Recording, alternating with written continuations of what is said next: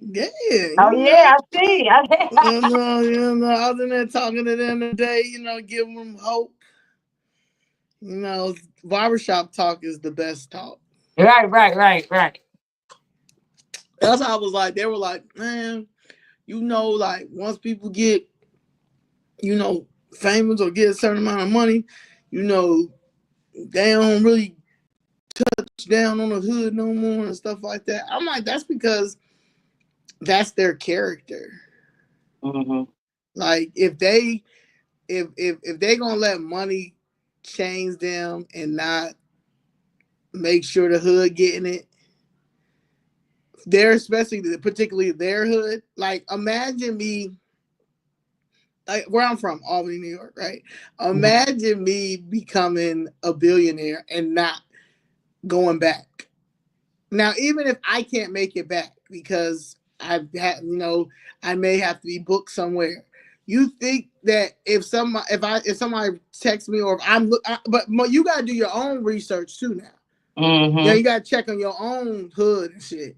So if I go there and I be like, damn, y'all niggas still ain't got nothing that's making the hood money yet. What do we need? And I'll call my cousins that actually Mm-hmm. live in the hood. Yeah, yeah, yeah. Yo, Yep. what's up? What do y'all need? I call my nephew. Hey, Mm-hmm. Pooh, what's happening? Like, what's going on? What y'all need up there? You send it Mm-hmm. through them. Now if they fumble it, motherfucker, I'm never fucking with you no more. How you want? Mm-hmm. Yeah, I'm like, yeah, but they're not gonna do that. Yep. You're right. You're right. So I was telling them that they're like, I'm not gonna lose my best barber for the Hollywood niggas. Right, right, right, right, right. And he Yeah, been down there. if I gotta hire 20 fucking police officers to stand in front of my barber shop while I get my haircut because somebody's trying to kill me for trying to get my haircut, that's insane that I gotta spend that type of money. Because Hmm. you don't want to see me advance. That's some people, but that's what some people say. Like you can't come back once you do because those would be ones trying to rob you and you know what I'm saying, pick you up. So like you said, it all depends on how you trying to do it. If you can't just be out here, you can make sure you're investing in Yeah, yeah. You can make sure you're investing and make sure that you helping your people, but that don't mean you got to be there in yeah. person. Like, Yeah, yeah, I I'm hear not you. gonna like if I gotta go to Paris because it's a fashion of week there or something like that, and I want to go to Paris, I'm going to Paris. But if they got something that that they need help with down in my hometown or my mom's hometown or anywhere, I'm at my friends live in DC, Atlanta, whatever, and I can't physically be there, but financially I can throw some money in there. Mm-hmm. Hell yeah, Mm-hmm. enjoy. Send me Hey, pictures. hey, everybody. Hey, everybody. We just Hey have a little everybody. discuss discussion right quick. But how you Yeah. guys Because you know doing? what day it is? It's Famous Friday. It's Famous Friday. We got Disgrace 50. Yes, it is Grace 50. And today we are going to do. Well, no. Before I start, man, let me tell you about y'all mayor. Because it's y'all mayor. It's not my mayor. Okay, we got two things. I forgot. Yesterday he did a press conference. And Mayor Brandon Johnson's response to Trump's White House threat to withhold federal funding to CPS and other school districts over DEI initiatives. He says we're going to sue. It's unconstitutional to disrupt freedom of speech. Okay, hold on, just right. So then, after of course, niggas, he was getting dragged. Um, it goes back to Mayor John. This comes from his press office statement. Mayor Johnson's statement during the pull aside this morning referred to the general approach that the administration would take in response to threats from the federal level. If the Trump administration attempts to withhold funds that have already been appropriated through unconstitutional means, the Johnson administration will pursue all possible recourse, including legal action, to ensure that Chicagoans benefit from the funding that has already been appropriated through Congress. Mayor Johnson was not announcing a specific legal action about this particular memo, but rather was speaking more broadly about the importance of fighting back against federal overreach. For Mayor Johnson's reaction to this memo, please see our previous statement below. Let me tell you about. You're going to go first. Please go first. So this, see, I want him to keep doing what he's doing. I really want, because I want him to really make Trump mad. Like, really keep doing what you're doing. Please keep doing that. So that's all I wanted to say. I want him to keep doing this. You can go. Yeah,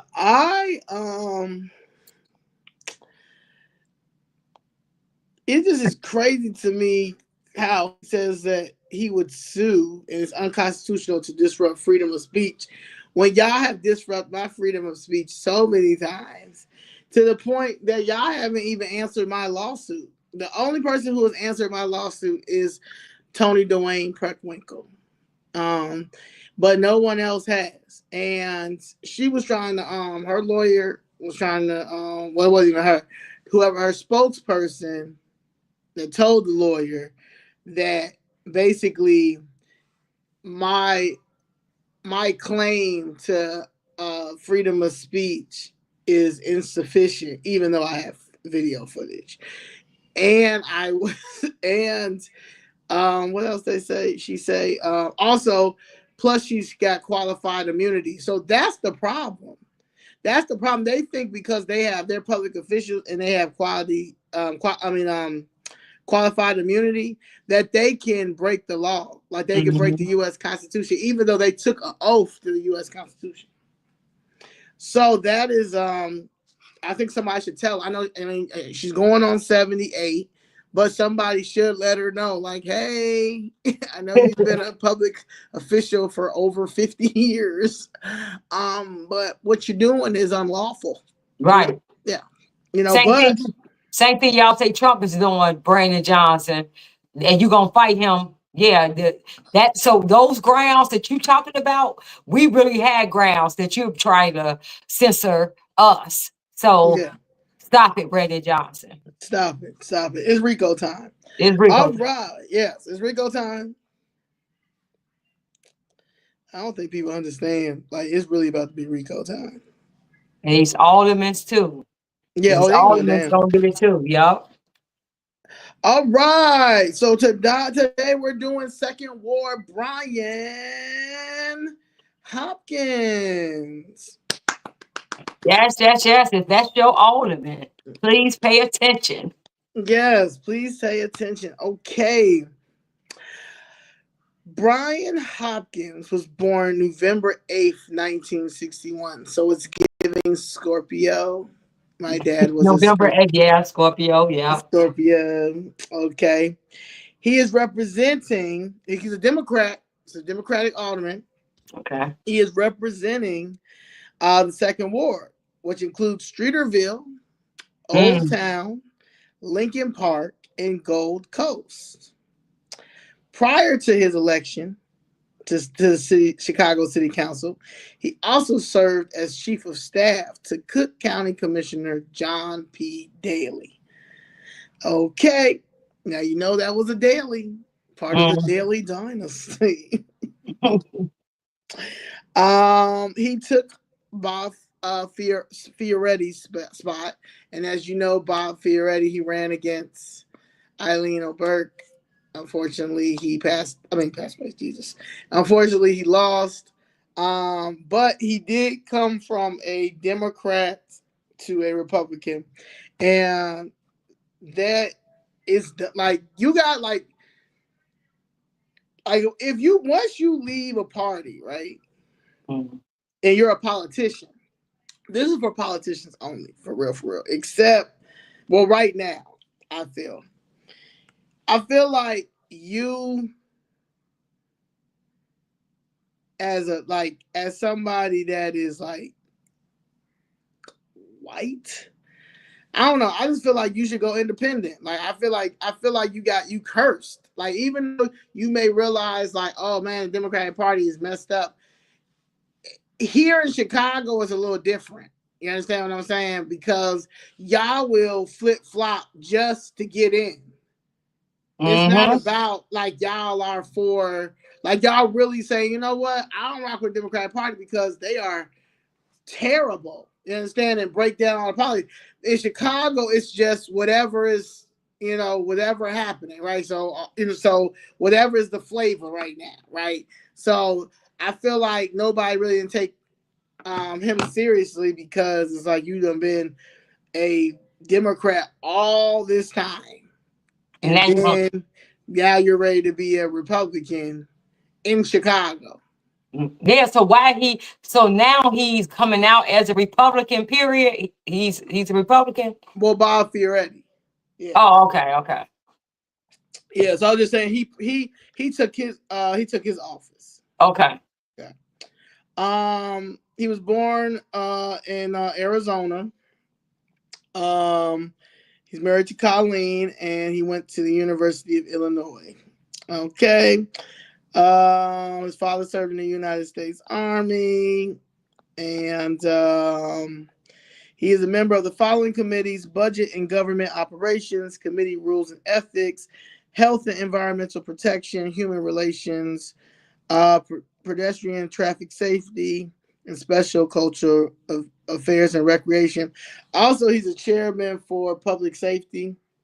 Um, in November 2019, Hopkins was one of the 15 aldermen to oppose the $72 million property tax increase and Mayor Larry Lightfoot's first budget that included $7 million in funding for city colleges, $32 million in funding to a retired general obligation bond issue, and $18 million in funding for libraries.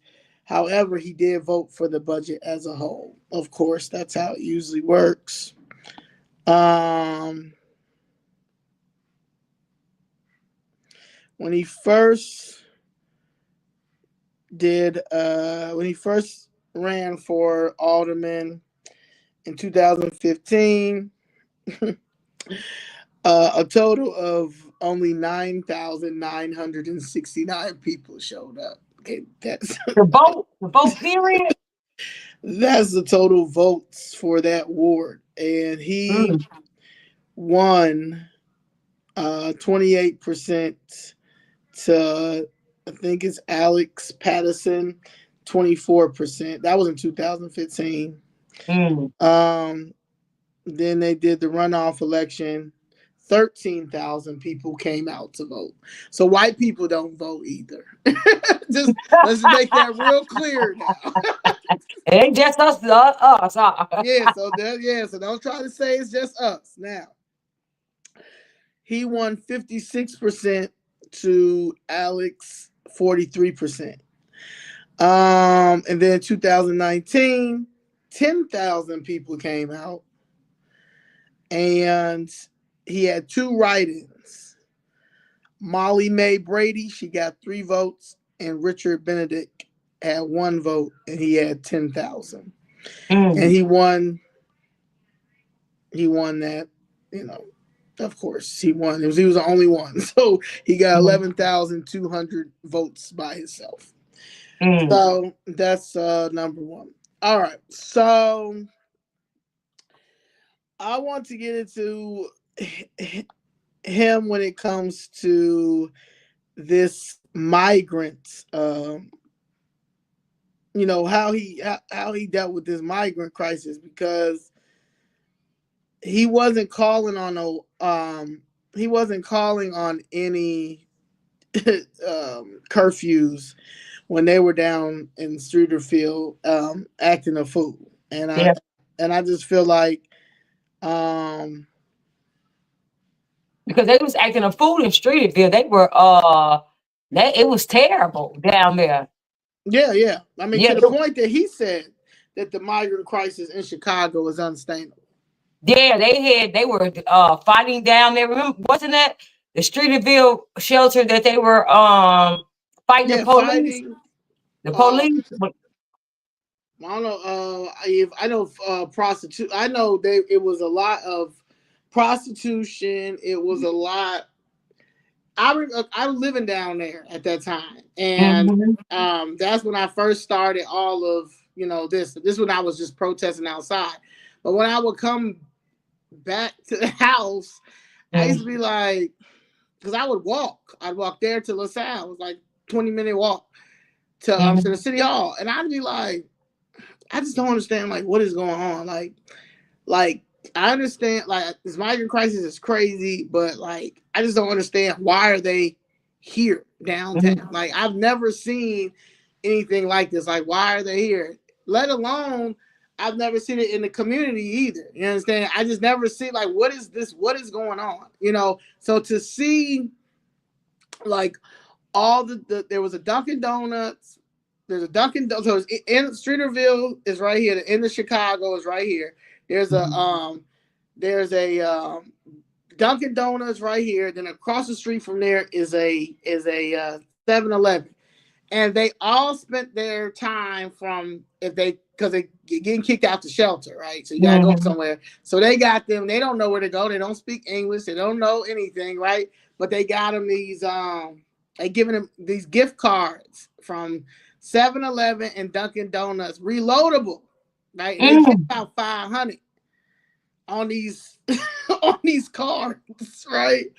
And they got brand new sneakers on, Jordans on. Mm-hmm. They got the iPhones, but I kept seeing like all these young dudes, like all these young Me dudes, too. They all, yup. yeah, right. And I'm like, okay, this is confusing. I see the kids running around barefoot on Streeterville.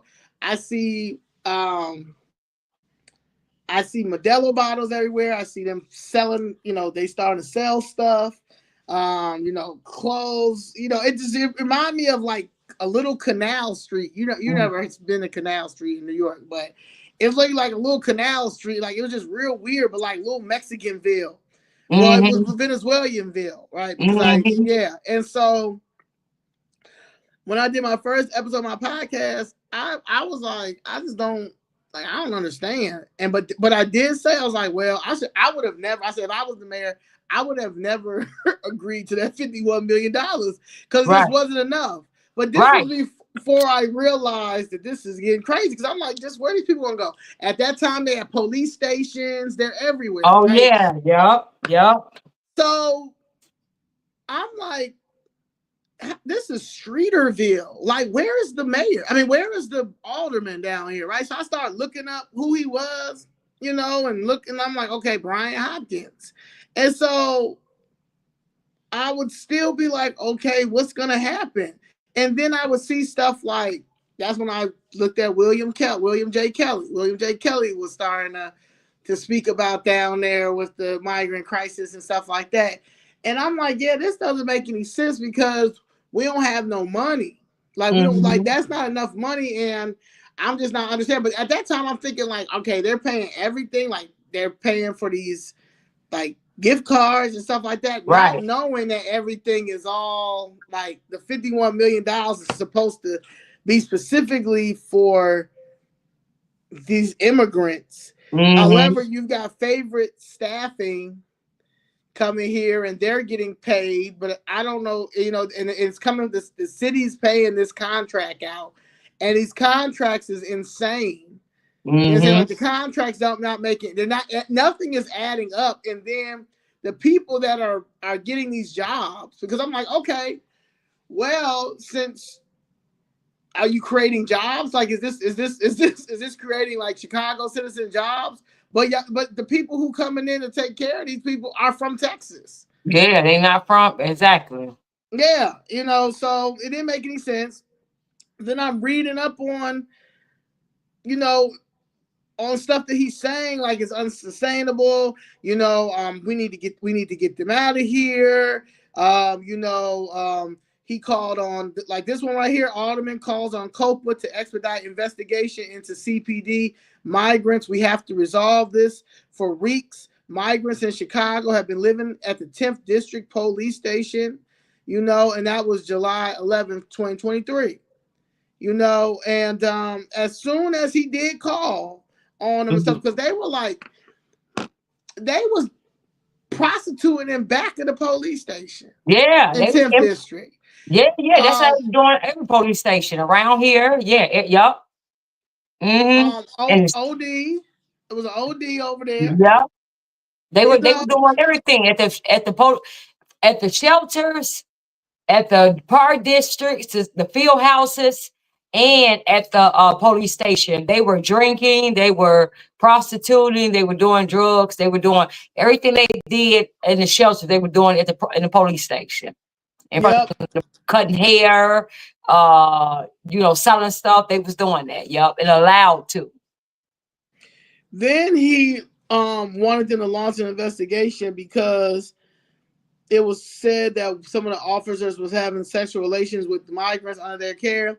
Yeah. But however, I found that was not true. Like I have a friend that I trust. Like she's like a real good friend of mine who has been on CPD for a very long time. Like all that, and she said that was not true. However, that's what they said. That's what they said or whatever. Mm-hmm. But I feel like that happened because they were trying to take away from because the FOP John was coming down there complaining about as far as people were complaining about these what are we going to do with these people and stuff like that. So I feel like that was like trying to like take away from this crisis that we have, so and of course to put the police against the city and all this stuff. However, y'all making it much harder because even though y'all saying this happened, however, the police can't if any of these if they are in a certain, like basically with this situation, it's the person is saying that, they're saying this migrant girl got pregnant. They said I remember saying they said she got pregnant. Now automatically it had to be a police officer because she said it. Right. You understand what I'm saying? Like we don't know nothing about these people. Right. We don't know what was told. Like this is the game when you come over there. You say this, you say that. They're not going to say anything. It's a sanctuary city. Da da da. Like they know the game. Yeah, they've been doing. They know the game. Yeah, they know the game. It's just like the Section 8 game for us. Mm-hmm. They just speak a different language. So you got that. Then you have that. Then I remember he was saying that he was like, we've got to get, Biden dropped the ball. I remember he wrote something about saying Biden dropped the ball with the immigration crisis, which he was right. So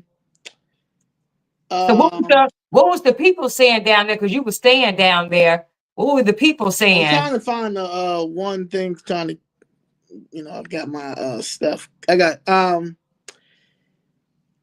were saying people moving out. They're moving out like I remember you were saying that. Yeah, they're moving out in droves.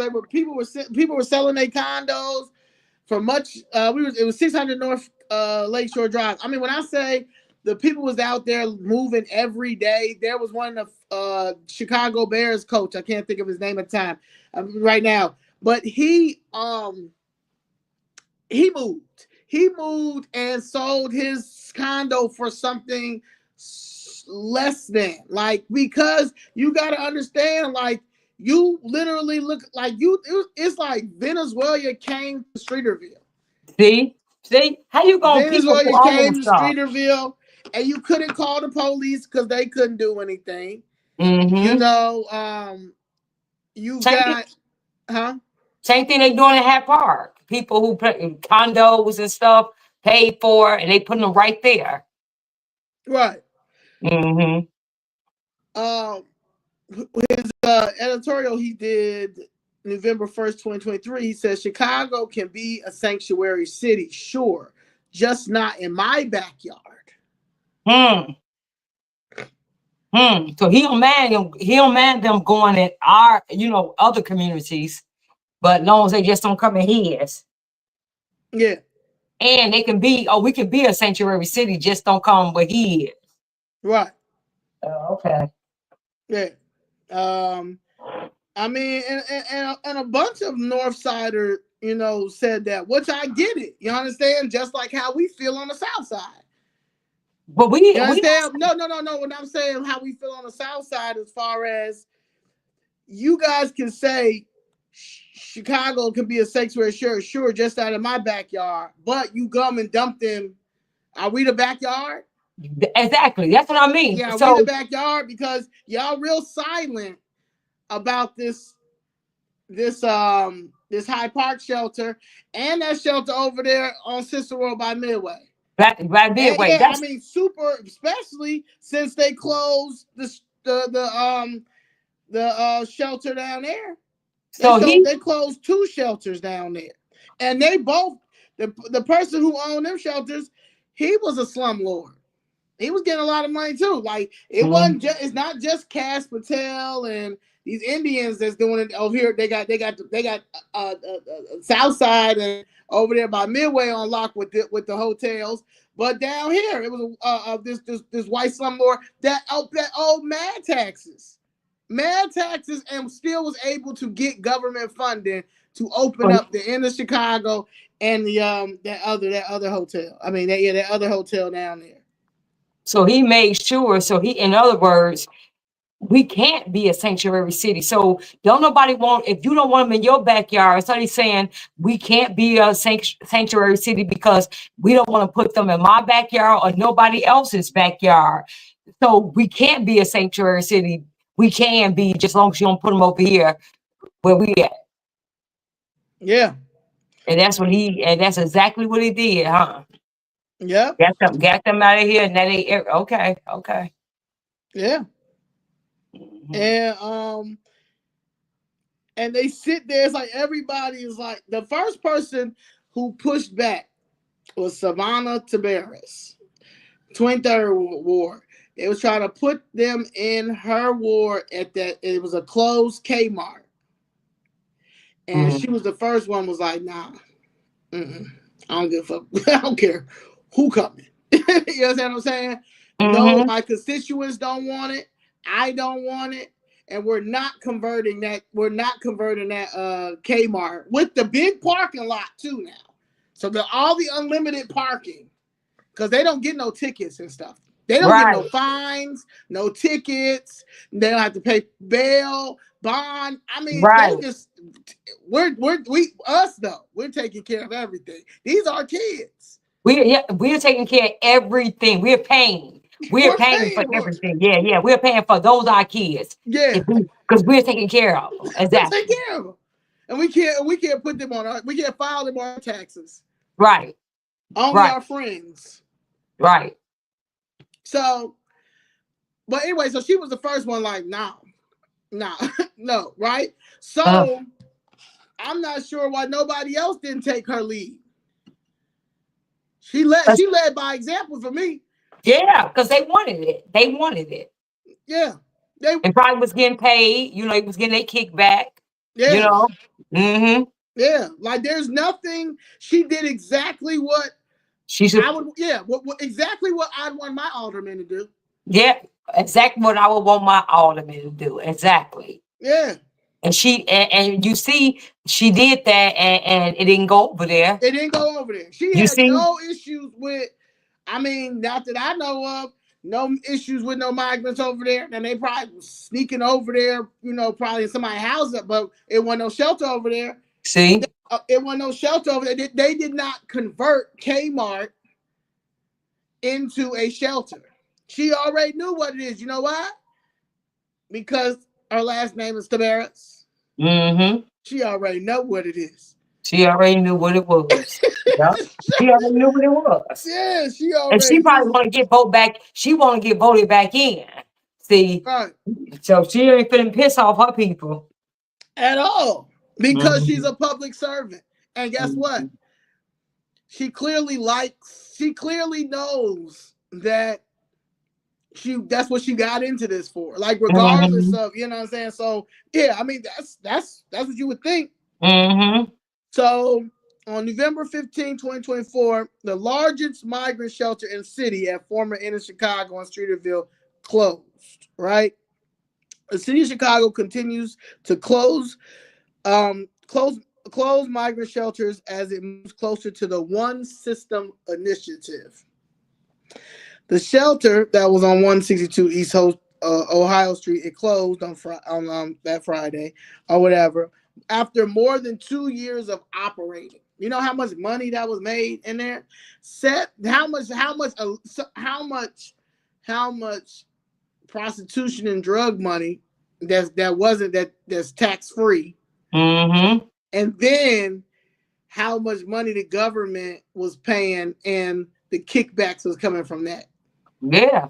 Yeah. Could you imagine? Yeah. He made a lot of money. That alderman. Yeah. Well, I don't even. Well, I think honestly, with Brian Hopkins, I think they threatened his family. I don't even think he got no money off of it because you know who was running that shelter? Oh, Andre Vasquez. That was his shelter. see, it's always them. It's always them. Yeah, he was running that shelter. Okay. Um, Streeterville residents said this is something they've been waiting for. It's been really busy. I can definitely say that. Congested, a lot of food selling and all that, a lot of activity going on. The facility housed over 1,500 migrants over the last 2 years. It was a decision that had to be made. This facility had an inverse impact on the immediate neighborhoods, the crowds of the people on the street, litter, trash, gang graffiti, and of course, the increase in retail staff, Second Ward Alderman Brian Hopkins said. Mm. Hopkins has been working with 42nd Ward Alderman Brian O'Reilly, and they pushed to get the shelter closed. Riley shared his thought on the issues at the shelter, says despite repeated assurances from city departments to address these issues, no meaningful improvements were made. This facility was never a suitable location to house migrants, and its closure is long overdue. Yes, it was. Mm-hmm. But 2 years, you know how many people moved out? You know how many vacant condos are over there that's not paying no property taxes right now, as far as for renters or people Mm-hmm. who sold it for less, so they really didn't make no profit, you So know. he allowed illegal aliens to come in his community, and a lot of the people who pay into taxes, who are property owners, they left, which took the income or the money that we, that we benefit from, the taxpayer, because we're taxpayers, to stimulate the economy. So they left, which in turn, their money left. After y'all were shut down for how long y'all were shut down for COVID? Yeah, months. You know what I'm saying? Months. Years. It was Yeah, giving. It was yeah, getting about a year. almost. It was about giving. Y'all didn't come outside till like what, 22? Yeah, we were locked down. So yeah, we were locked down. So basically, you allow people who paying into the system to leave while bringing people who you have to pay for. And you didn't think about doing a curfew for these. Yeah, because we know that they were out all night, like they were saying, All night. out all night. Yeah. Yeah. Like they were over here in everybody else's community, out all night playing their music, drinking, smoke, because they don't have to, they get free everything, so they don't have to work in the morning. And it don't have to be inside, even if they got even after they done stole millions from Macy's and they get the ankle bracelet on, they still don't have like no curfew or anything. So you gonna sit there, so they will allow people to come over here. So like you said, ain't nothing in his mind say, let me get them, or in our mayor's mind to say, hey, let me make sure if y'all, at least y'all can do, if we paying and giving y'all everything free, y'all gonna get a curfew. Y'all gonna have to go in here and follow these rules. Y'all can't be selling food outside. So we wouldn't even make them follow the laws, or give them laws to follow. We just allow. just allowed them to come over here and do anything. Anything like this lady says right here. This is their strip, Ohio. This is where they linger. This is where they linger and hang out at. All I know is they're in a shelter, but the shelter let them out during the day, so they roll the streets here. Doing anything they want. That's it. That's it. That's yeah. A block away from the Magnificent Mile. Yeah. That's why everybody gone. That's why all the businesses are gone. That's why Yeah, so this is you not let dumb. this happen for 2 years, Brian Hopkins.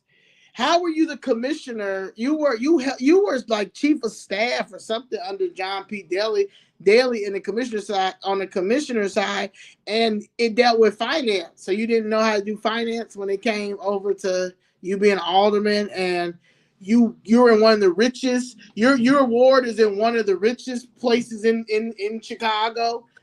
You didn't do a Tabaris. Right. You should have been Right. standing up on the fuck. You should have been on the desk. Right.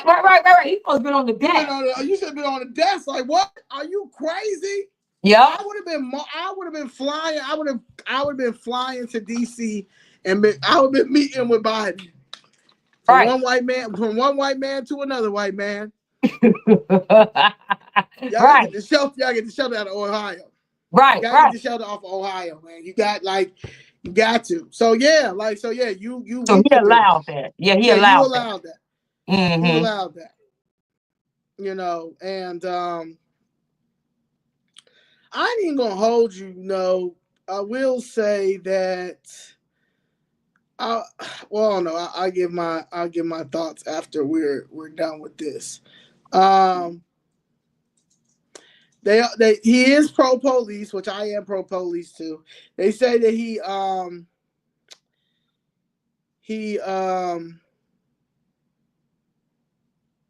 he's backed by the police or whatever. Which I don't like when people say like, oh, he's backed by police, like the police union gives him money. Like if he's giving if he's doing public safety and he's head of chairman public safety, I don't understand why that's a problem. You understand what I'm saying? Just like how CTU is backing up all these progressives, and Right. they're not, and their agenda is all anti-police. Mm-hmm.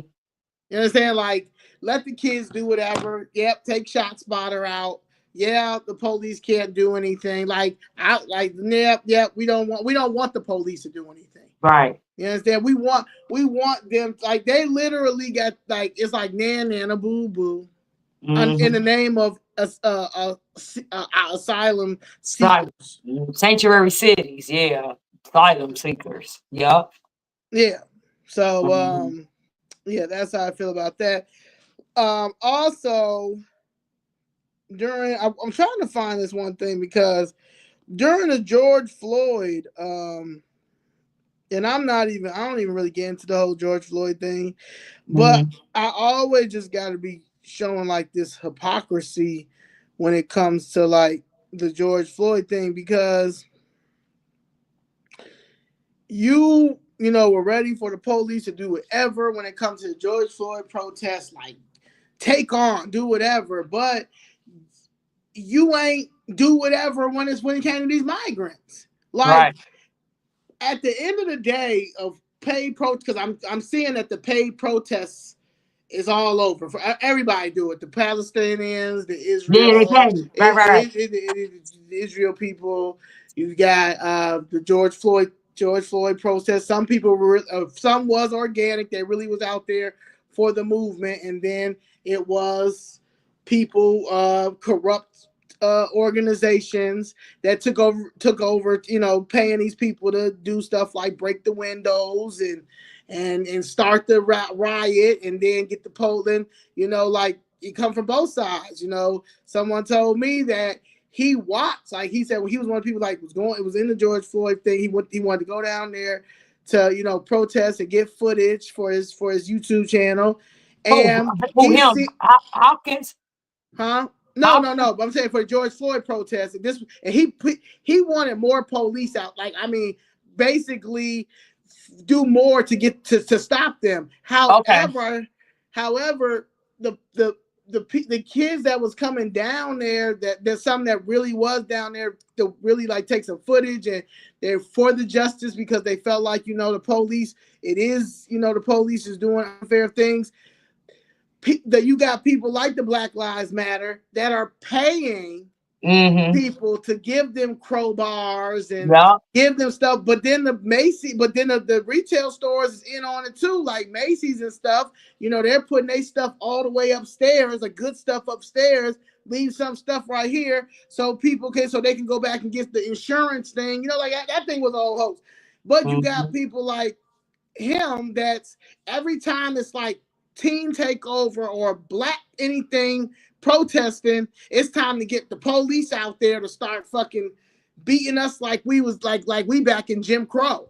You understand? Like, but when it comes to the migrants, it's hush hush. Oh, he wasn't It's trying just to. a lot of little complaining, complaining, we gotta get the shelter out here. But you ain't like pushing for the police to be out there. No, it needs to be massive arrests. At the end of the day, all these people have ankle bracelets on. Like they need, like I said, that you made mad people lose money. You understand? And you in one of the richest neighborhoods, right?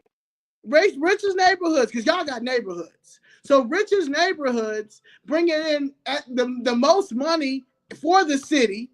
Yeah. In those type of areas, and you don't know how to control the migrants. But when it comes to black teens, all you know how to do is hit up the police. And you could have called for curfew for the migrants. You could have called. You could have called for them not even to be not even for them to even be here. Period. Did he? Was he one of the ones who voted to that ICE couldn't work with not to even have a vote? No. He's always been pro police, so no. Okay. I got everything he voted for. Okay. So in June 6, 2018, it says new alderman still rightly proud of his arrest record. So I don't know. It says, I'm probably the first candidate who posted his arrest record on his website before he was elected alderman. Brian Hopkins, Chicago's New York 2nd Ward alderman, said with a laugh. It was actually a column I wrote, headline, former outlaw runs for Chicago seat, that Hopkins posted on his campaign website under the tagline news clips. The column ran in 2014, announced Hopkins' intention to run for office, but I've been writing about the 53-year-old Hopkins since he was a college student back in 1985. So that's how connected this. 1985, I was not born yet.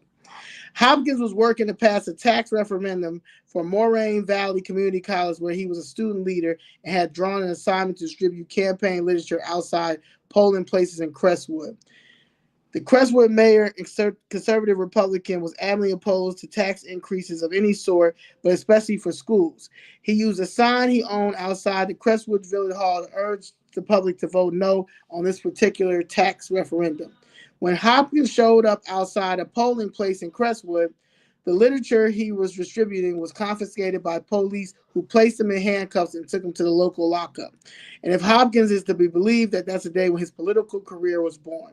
It changed my life, Hopkins told me last week, 2 days after he ran for runoff election for 2nd Ward alderman. So that was in 2015. When he first got in there. As a result of being arrested by a tyrant, I decided to dedicate my life to political service. I became convinced that it really matters who has the power, and the people of good faith serve in public office because it actually impacts the lives of people. The people are entitled to expect that the people who they give the power to use it in their best interest, not to further them in the individual interest. So the fact that you said that, it really matters who has the power and the people of good faith to serve in public office because it actually impacts the lives of people. So why you want black kids to be locked up all the time? Why you push for that? Just something I just. And the reason we asking, not that black kids don't need to get arrested when they do something, like they really do. We are not saying that. We're just saying that when you had the chance to do it for the illegal aliens, you didn't push for that. So you have to be consistent. If you're gonna push for one, you gotta push for the other one. It has to be that way all around because you're getting all these complaints about the illegal aliens, everything that they were doing, and you didn't do a thing. But now that team takeovers, now you want to push for curfew when you had a chance to show your leadership when they were in your community, in your district, doing everything, God knows what, and your people were complaining, and you just sat there and didn't do anything. Now you want to open your mouth now, sit this one out too. Yeah, yeah. Because Yes, don't get me wrong, some of them kids need to be arrested down there. Like, yes, what is the purpose of y'all just like letting them run rampant? And if they right, are doing something that is harming somebody, you gave them a warning, they out there stomping on cars, jumping on cars, yes, lock their little asses up. lock them up. Yep, Yeah, like what the fuck is you standing on a car twerking for? yeah, lock Yes, them go to up. jail. Yep, twerk your ass in jail. Learn how to show them Hmm. twerk moves in jail. Like, what are Hmm. you doing? Like, nah. Like your parents didn't teach you that you don't jump on people's cars. Right, Yeah, right, I've never in my life jumped on anybody's car. And I've right. been I was a teenager and I was kind of reckless. But it never, not in my right mind, I've ever said, you know what? Let me go stand on this nigga car, this person's car, and just jump, just start dancing on it. Like, Let alone a police car. man, let alone a Exactly. police car. Like, when I see the police, I go the other way. If I Right, know I'm doing something bad, right. yeah, understand? So yeah, you have to lock them up. I mean, that's just common sense. But You got goals for everybody. yeah, it goes in. You can't just say I can't do it for, I can't I can't do, one or the other. Nah, you're gonna do both. Okay. Yeah. All right. So that's how I feel about that situation. Yes, but you don't need no curfew. Kids do not need, like, at the end of the day, you don't need a curfew down there. You need juvenile. That's why they have pin. You better get pins again, which was like probation. What is it? Supervision or something like that. Like warning. You need to go get hire some more DCFS workers. Get these Mm-hmm. fucking assign a DCFS worker to the family. You understand? You Mm-hmm. got three. Yeah, like after the third time you go in there and they're not there. Yeah, it's a warrant for their arrest. Yeah, yeah. The Yeah. parents, everybody Yeah, got to be yeah. involved. You don't Yep. know where your child is. You don't know where your Right. child is. All right. Well, we're gonna make sure you know because they're gonna be right there in the juvenile, in juvie. You understand? And you want to start them young. Now, Mm-hmm. if you get active with your child, you understand? Like, go visit them while they're locked up. Make sure that nobody ain't harming them because regardless of in jail or not, you know what I'm saying? That's the problem. You throw these kids, you throw these kids, especially young boys, you throw them in juvenile. Yes, they're bad, but they're 15, 16, 14, 15, 16. You have to go and visit your son. Okay? You have to go visit your son because they could be getting their ass beat in there. You understand? They could be getting sexually molested. You understand? And stuff like that has to be reported. It has to Mm-hmm. be reported and they have to be removed out of there. And somebody got to sue that juvenile thing. You can't just leave your kid in there. Like that's the problem too, because they're banking on that. They're banking on you not caring about your child. Mm-hmm. Yeah, they looking at that as that's a future one that's going to be a lifer. Yeah, we can get about it good. I mean, average and somebody got to look at that. What's the average of a person getting about, I don't know, 25 years to life, right? As a juvenile, like as a Mm-hmm. juvenile, they get locked up. Imagine how much money that is a They year. get, yeah, yeah. Yup. How much Yeah, they that's get? stock. Yeah, that's stock. That's stock. Yeah, that's stock. So you got to be involved now. Yeah, let your kid get you. If kid go to jail, kid go to jail because at the end of the day, they should not be harming people or they should not be doing that stuff. And you need to get them in check. Or there's Mm-hmm. another route. if you're a kid, if you feel like your kid has behavior issues, you know your kid has behavior issues, and before they come down at the, you're still their guardian, you're still their parent. When I used to be out of control and my mother did not want the police to pick me up, she used to call 911. She about to kill herself. Take me straight to the hospital. Yeah, hospital or jail. Yeah, yeah. Yeah, go play you some Connect 4. Right. Right. Hospital Yeah, is there. That's right. That's yeah, right. You yeah. ain't gonna So, go. Yep. all right. So, Brian Hopkins, his connection to John Daly.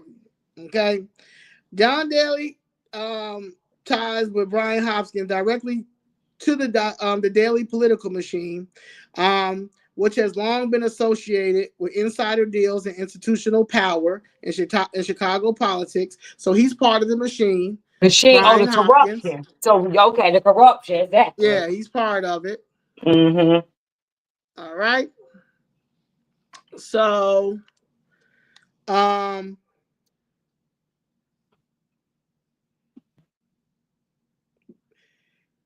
he was the chief of staff to Cook County Commissioner John Daly, his brother of former Mayor Richard Daly. That gave him deep access to Cook County's financial and political playbook, including how budgets, tax breaks, and favors really work. Mm-hmm. He chaired the most powerful board committee of finance for years.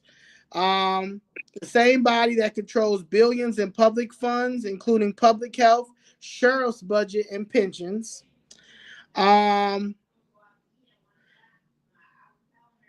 Let's see. Meanwhile, his family law firm, Daly and Georges, has represented clients with business before the city and county. A clear conflict of interest, of course. You already know how So that wait a goes. minute. Hawkins family is have a law firm. No, Daly, but he's chief Oh, of staff. He was chief of staff for him.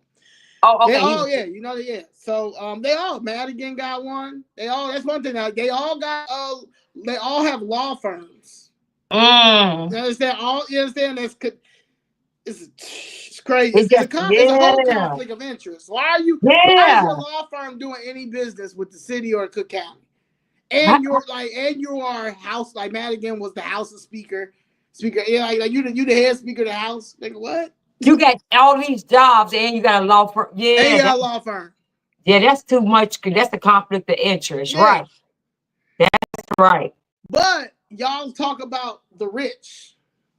Right. But they don't These really are the talk about rich. the rich. But the old moderate Democrats, the old corruption, they ain't really talk about this. These are the new ones starting to talk about the racism over here in the Republican Party. And at the end of the day, that's because you're dealing with these socialist communists that's trying to break up, they think, the capitalism in America. Mm-hmm. It's never gonna work, baby. This is a capitalist society. I want my money. I'm for people and for profit. Okay. But they don't want nobody touching his. They don't want nobody touching his. He don't want nobody touching his money. Of course. You see what I'm saying? Yeah. Daily allies have long benefited from Chicago's property tax appeal system, with politically connected law firms helping downtown buildings and developers dodge their fair share, while black and brown neighborhoods got hit the hardest.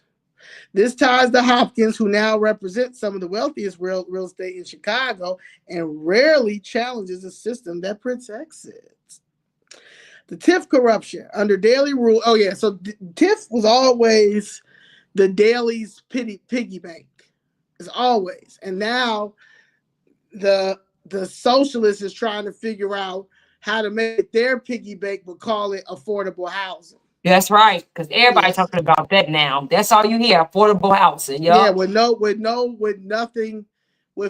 affordable nothing. There's nothing affordable, but they're blaming Trump for you crazy. Anyway, under Daly rule, tax increment finance districts were weaponized to move public money into private development deals, especially in wealthy areas like Lincoln Yards, which Alderman Hopkins backed. Okay, billions in public funds meant for underserved communities ended up paddling in developers' pockets. So the money that's supposed to went for our communities. Majority of them, they don't never go there, but they'll go to stuff like Lincoln Yards. I gotta do Lincoln Yards another day because I want to do a whole thing on Lincoln Yards because Lincoln Yards has not even they're not even so much money went into Lincoln Yards, but one developers backed out of it. It was a huge conflict, and so I don't even think it's gonna happen. You know, so I gotta stay close to that. In December 2023, there was an effort to place a non-binding referendum on March 2024 ballot asking voters whether Chicago should remain a sanctuary city. This proposal was defeated in the city council with a 1631 vote. I was there. Alderman Hopkins, well, no, I wasn't there for December 23. I was arrested. Alderman Hopkins supported the idea of allowing voters to decide on the city sanctuary status, but of course it didn't pass. But he wasn't. He was okay with being on the ballot. Yeah, he was one of the 16. So he was one of the 16s who didn't want it on the ballot. No, he was one. No, he was the 16. It was only 16 that voted for it to be on the ballot. He was okay, okay. Hopkins has faced criticism for his connections to powerful real estate developers.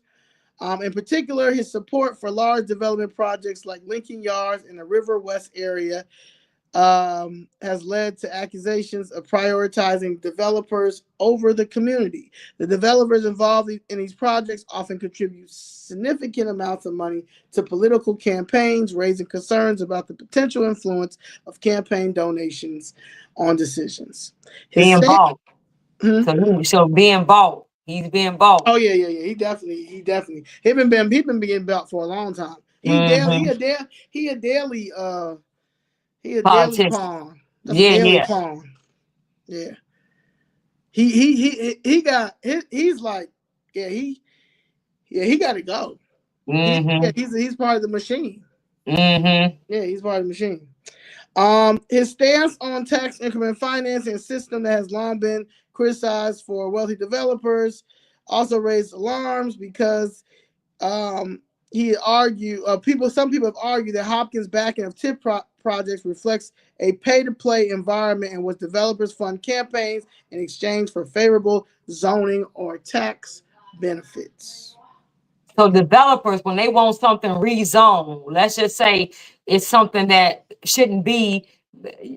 Let's just say it's supposed to be a barber shop, and they want to make it a store. So get favors like that to rezone it for what they want, or to get that tip money, huh? They'll donate to. Or like if it's not zone, like maybe you got this much, right? But maybe like the other block, like if that block may be empty, nothing there, whatever, that may be a TIF zone right there. This part may not be, so then they'll rezone it to get the TIF money, because the TIF money is the money what they look for, or if it's in an opportunity zone. Yeah, so in other words, they do that so they can get the tip. The rich developers can get the tip money.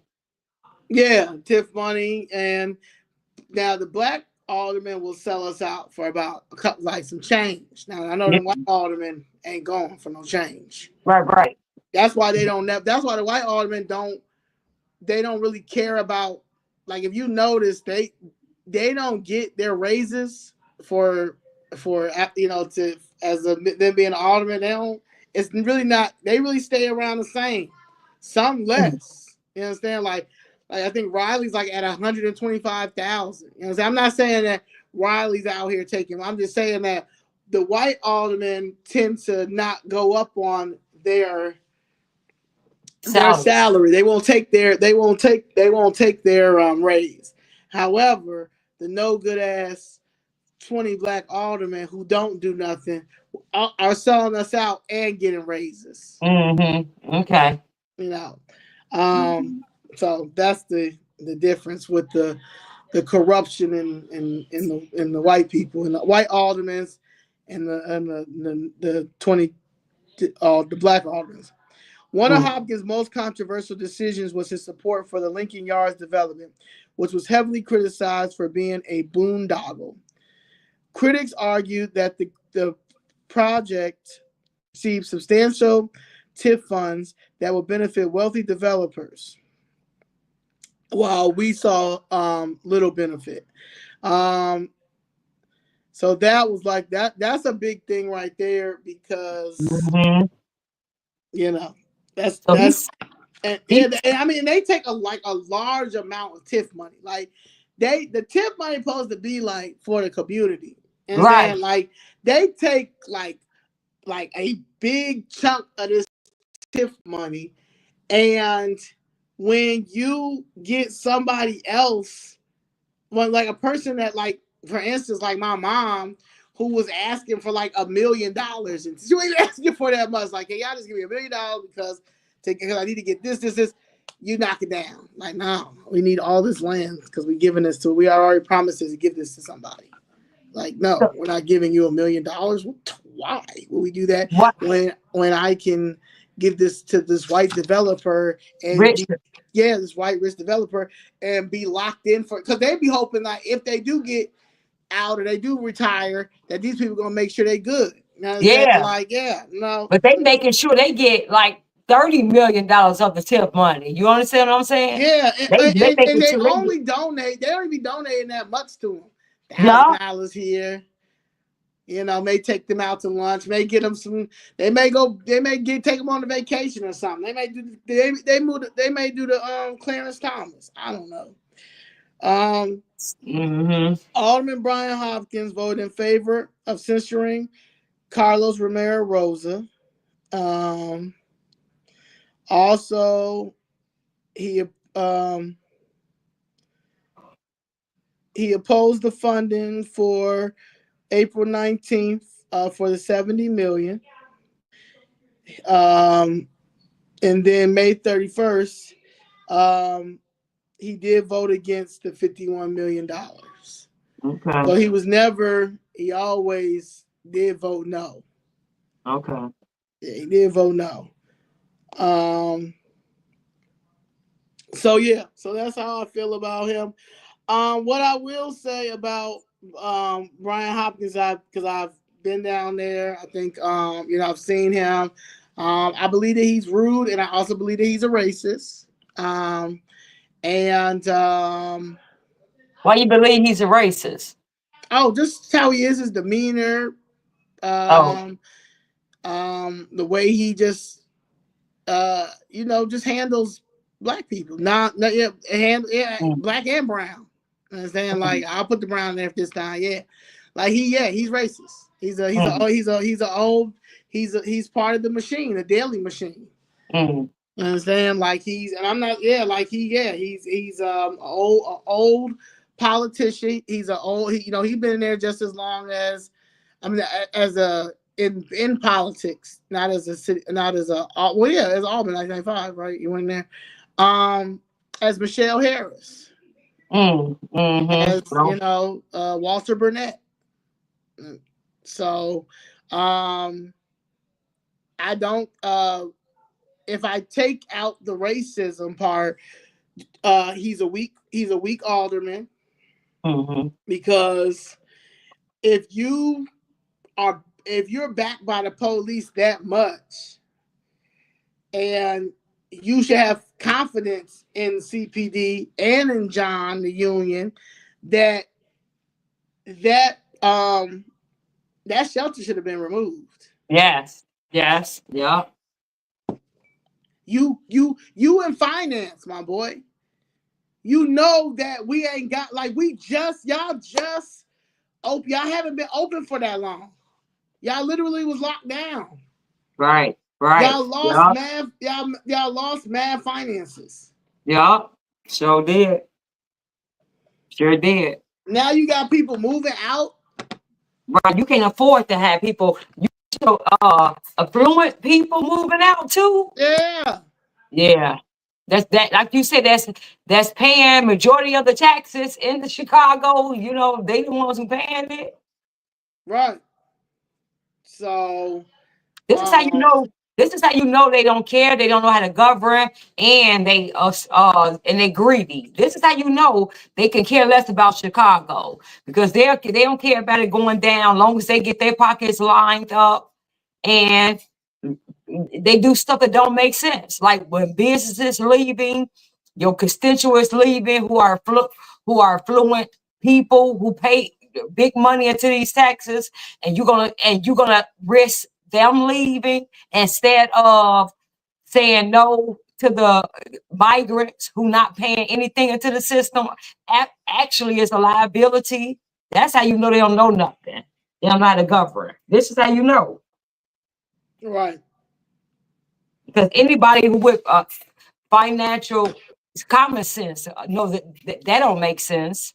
But he wishy-washy anyway because um just with anything, because on January 27th, when Tom Holman and Ice was in Chicago getting, these people, he says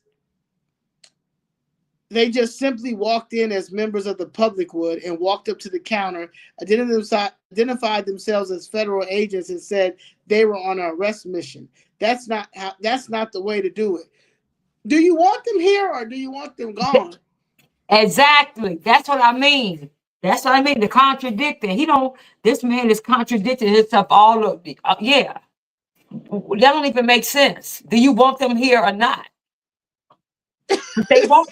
Yeah, they want them here. He wants them here. He really do. Like he said, he just don't want them in his backyard. He wants Yeah, them here. yeah, He just don't want them here, and that's most of your white liberals. They want them here, but you better not bring them around them. You better not yeah. put And them on. they'll come out to a town hall and speak up about it and tell them that they should be here. But then when you start saying, well, then you bring them to your house, they get quiet or look at like, why would you say something like that? Why would you come in this town hall? Why would I bring them to my house? A If yeah, duh. Yeah, that's how that's how these people do you. This is how they feel. Them white liberals, they don't want it. Like he said, I don't want it in not my backyard. Yours, I don't care about you because you and their minds or eyes, you less than them. They look down on you. So right, y'all, you accept it, but hey, ain't no way I'm accept. Not in my backyard. This is how they feel. Because why? Like I said in the beginning, why he just didn't say we can't afford them? No, don't put them in nobody's backyard. Don't nobody deserve to have this in Chicago. But yeah. And why are you only ready for, like, I can tell you, he's a racist. Yeah, I'm yeah, talking. He a racist. Conway is a racist. Like like I know for like I will stand on on whatever and say them two is racist. Like I haven't really like looked into the other white alderman in there like that. Like I know some like people say Gardner racist. No, he's not. Not to me. I know a racist. mm-hmm. Alderman Hopkins, Brian Hopkins, and William Conway, Bill. Yeah, racist for sure. Double, yeah, for sure. Um, and my thing is, I don't be racist. You know what I'm saying? Stand on your racist hill. Stand on your democratic racist hill. Just when it comes to stuff like team takeovers and stuff, if you're not gonna keep that same energy, don't speak on it. Don't speak on it. Don't That's speak it. on it. When it comes to our protests, don't speak on it because I haven't seen you talk about the Palestinian protests, and they be messing up Michigan Avenue and stuff all Right, the time. They right. was shutting down Michigan Avenue. One was it last year or the year before? You was dealing with the migrants out there begging on Michigan Ave and paid Palestinians taking over the whole Yeah, yeah, yeah. Michigan Avenue. Yeah, if you ain't speaking on now, don't say nothing. Exactly. Don't say nothing. Just keep your mouth closed. Sit this one out. Yeah, Especially if sit you're not this one speaking. out. Yeah, if you're not speaking up on them because they were down there acting a fool. Yup. Yeah. They sure was. So Yup. like that, yeah. Um Now he talked about the illegal street takeovers over in Lower Wacker, which they are crazy. He does speak about them too. Yeah. He said send police officers into that chaotic environment to try and break it up is a highly dangerous thing. So they don't have it's hard to break. He said like once you have 500 people taking over Lake Lower Wacker Drive, it's over. They're gonna do it until they're done doing it. Mm-hmm. But I get that. However, how is it a highly dangerous thing to bring the police officers in that chaotic environment? You know what I'm saying? Basically, but when it comes to arresting teens in that chaotic environment, go ahead and do it. As far right. as go ahead and do it, you need curfews, all that stuff. My thing is, if you want if you want them to lock up them kids because they being absolutely insane and chaotic, I need police to come down here Oh yeah. and Because that's do the same thing with them because it's been going illegal. I mean, they have been doing donuts and all that stuff and taking them for it's a long terrible. time. But y'all should know that. Yeah. Y'all should know that and have stuff like I'm one. Danny, you and I are two people. How many police officers was outside when we were protesting Saturday, Brandon Johnson's event? All 13 of the police we have in the city. So yeah, 13. Little tomorrow, they gonna have police out there. Mm-hmm. Announce the protests. But it's chaotic and dangerous. And when it comes to the Hispanic, he's scared of these Hispanics. Because you ain't talking about right. They up there acting a fool, blocking off streets, doing donuts, all type of stuff. They just acting a fool. People on top of cars. So Yeah. you not. Oh, so you what? No curfew for them. No, I mean, like what? What you gonna do? You have something to say about that, please. Right. Have Because solutions for that. They've threatened your family, and if they Right, threaten your family, then you got to go to Trump right. Because what because you you're a saying public don't make sense. official. Yeah, right. Because you don't make sense. So you for the teams to get locked up, but you not for the people who are doing the takeovers, the street Anything takeovers. that's illegal, anything that has to do with them. Yeah, because in 2024 they was acting a fool Oh, because they had the new cars yeah. So on our anything to do tax with dollar. on our tax dollar. So So leave the they had to legals. show the new moves. So leave the illegals alone. I got it. Leave them alone. Got you. Yeah. But the American citizens lock them up. Okay. Yeah, like you could have called on the National Guard. Yeah. Yeah. Yep. Yeah, like I can't. It's unbearable. I got a lot going on here. We can't arrest them, because executive order. I got teens coming down here. You just need a National Guard at this point because our hands are tied. We're losing businesses. We're losing residents. It was a lot of people. It was a lot of white people that I talked to that was in my mom's building. They were moving out the country. See? Because they said, well, Mexico is the safest right now because they're all over here. Yeah, that's right. That's right. Like 5 different ones told me it. And they weren't saying it in a racist way. Yeah, They were just saying I mean, have you seen it? Like they were showing me like that. Yeah, like they're paying attention too. And saying like Chicago, and they were like, Chicago's a beautiful city, but it's getting ruined. It's getting ruined. It's definitely getting ruined. I remember when the first teen takeover happened, right? That I remember that I saw when I first got back here, right? It was the week before Cinco de Mayo.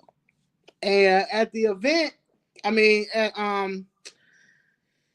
the building they had like this little tacos and margarita thing for Cinco de Mayo, right upstairs.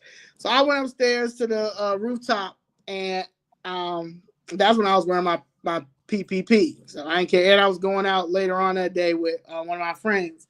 So I went upstairs. There was an older lady and her daughter, and her daughter was I think veterinarian, and her mother was a retired principal from suburbs. And we're sitting at this table, and she's like, "How are you doing?" We're talking about the fentanyl issue. You know, she's trying to figure out why they're not giving out Narcan more than how they should. And then she was saying that even when you do give out Narcan, if there's not a person that is not getting high with them or responsible, because the person can't give themselves Narcan if they're ODing. Right, So a right, person has to. So she was like, she just wants to know, like, well, how is that going to work? You understand? Like, you know, you're giving out free Narcan, great, but is there someone going to be responsible just in case right. they do OD? Because there's no, They all somebody have. has to do it, right? Yeah, everybody have. So how they Yeah. going? Everybody out. Then one of the other things she was talking about was the teen takeovers. And she was like, I just don't understand, like, you know, what? And I said, well, ma'am, I said, they're going to keep coming down here. I Right. said, because there's nothing in our communities. You know, like they took they took the YMCA's, they took the rec centers, you know, they took the park. People didn't go, I don't even see nobody go to the parks no more. Like back in the day, people used to be at the be at the courts. Niggas used to be at the courts going crazy. Girls come over there, get dressed like it used to be a time. Had the music over there, all that. Like so I'm like, yeah, they're taking everything away, so they're coming down here. And so she was like, well, you know, is it gonna, you know, she's like, then it's this you know, this migrant crisis, or and actually like, you know, she just tells she's worried. You know what I'm saying? Like they got two big condos up in 600 North Lake Shore. You understand? Mm-hmm. Her father and her mother combined these big, you know, they looking at maybe like $2 million that Mm. they're in, you know, their investment, you know. So she's concerned. So I told her, I said, well, I know for the teens, I said they just want some attention. I was like, you know, I was like, if I said if I could like get like like if I was running things, I said I would like have everything ready for them when they come down here. Like when because they be announcing when they have their team takeovers now. When they where to meet at, you know, wherever they gonna meet at, they meet Mm-hmm. at, and wherever they meet at, like I would have everything there for them. I would have food trucks there for them. I would have job training and job fair there, college fair there. I would have them I would have some entertainment there. The footwork, all that, it will be a teen night. It will be a teen night. It will be a teen night. I would have DJs there. I would make it, yeah. I would make it well, like the 29,000 jobs that he keep talking about. They would literally have it would be a job. They would be high. It would be 29,000 kids hired every time I do one. Oh yeah, that'd be. Mm-hmm. You understand? Like, or college or trades. You know, you have somebody like Mm-hmm. Dave sitting there explaining the trade situation. Hey, I got my own heating and cooling spot. You understand? Like da da da. If you don't want, if college is not your way, this what you got entrepreneurship. You got people down there that's willing to invest in you. What you got? You Mm-hmm. understand? You got it. Do you have it?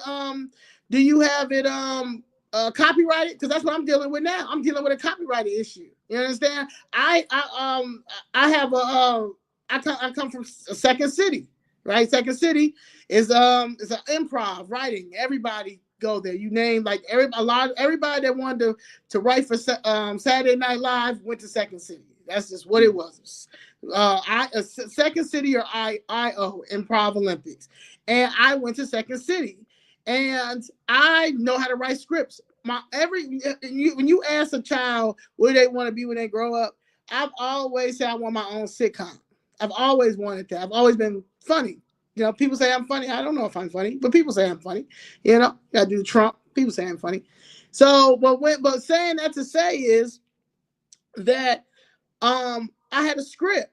And the script was about my friends in Atlanta and our COVID experience, because we were locked, COVID situation, Mhm. but we were lit because Atlanta was open, Georgia was open, so it was called group chat, and it was about all these different group chats that I was in with my friends, and one of my Mhm. good friends, I call her Casanova, but she would always just send all this crazy stuff. Like all these crazy women would send her these crazy things. It would be nuts, but it would be so funny. But it was all in our group chat. So I started writing about it. Just start writing little things, writing stuff like that. And I would let certain people look at it and stuff. Be like, yo, check this out. Look at this, da da da. But make a long story short, that happened in 2021, right? I started writing in 2021.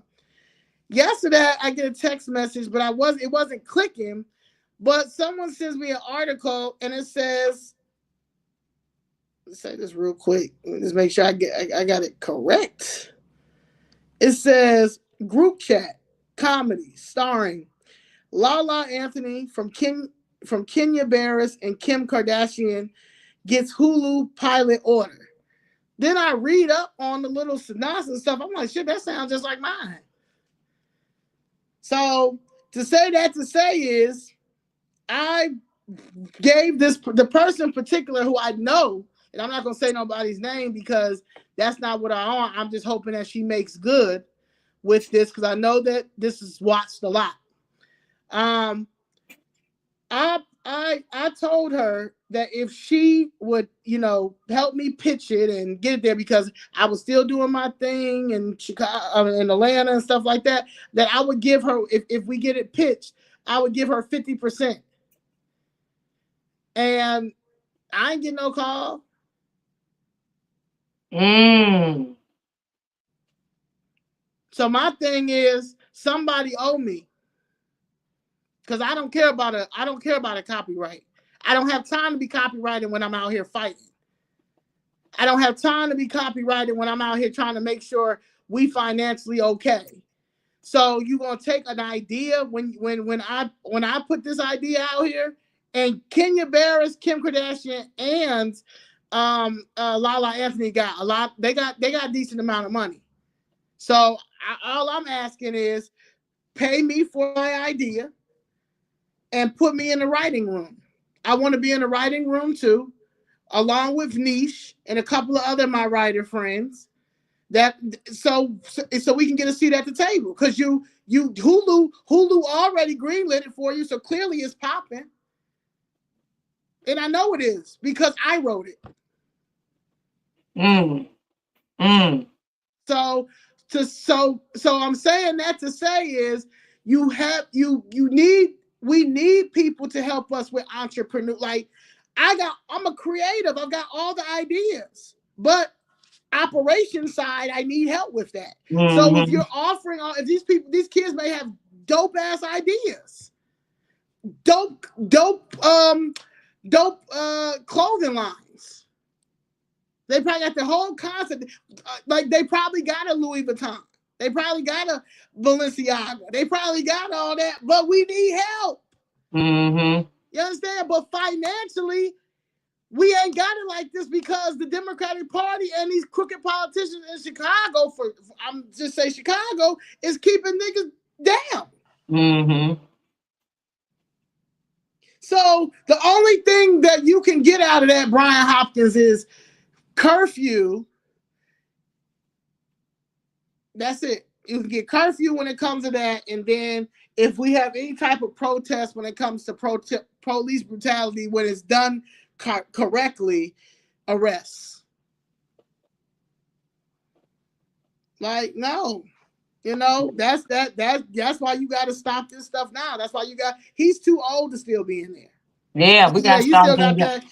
Yeah, you probably was okay when they was torturing, and when that police officer was torturing them black and brown kid. Now of them black and brown back in the day when Daly was in there and you was working for his brother. So y'all probably Mhm. was okay with that. Mhm. Now we're paying billions of dollars in lawsuits.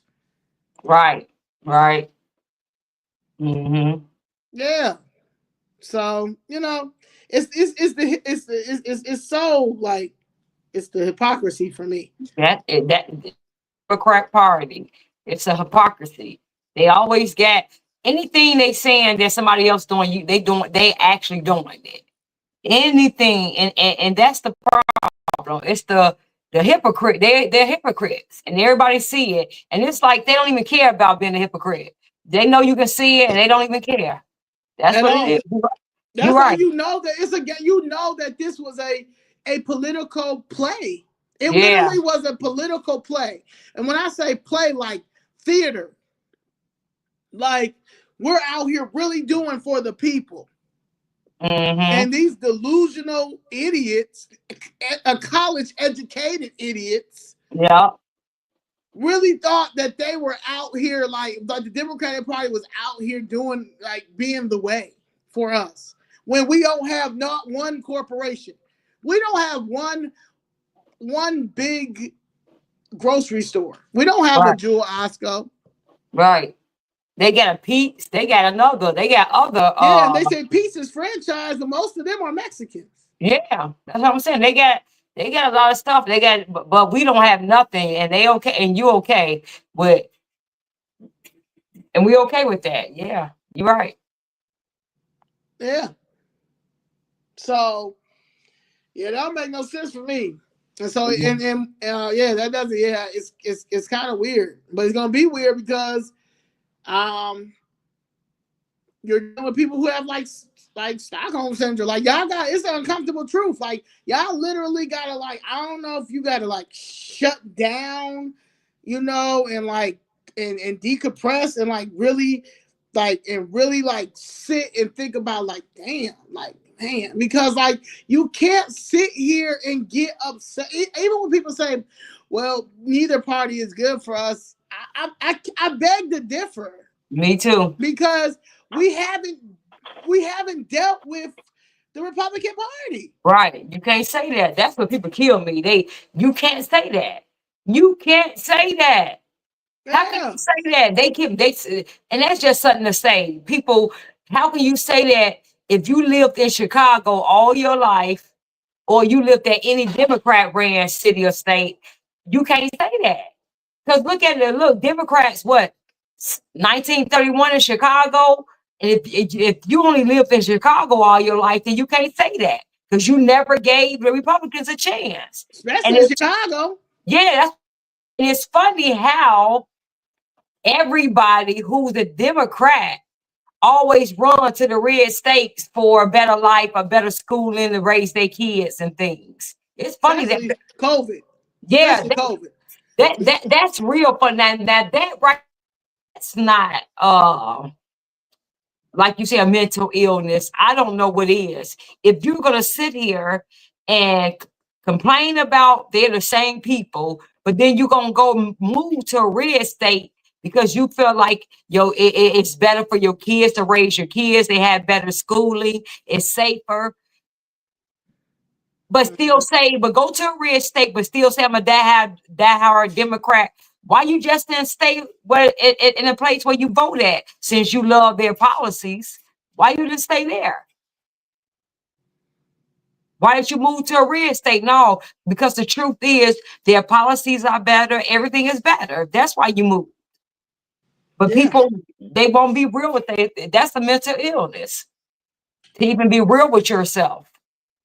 and you're like clearly you need some type of laws in that because if y'all didn't,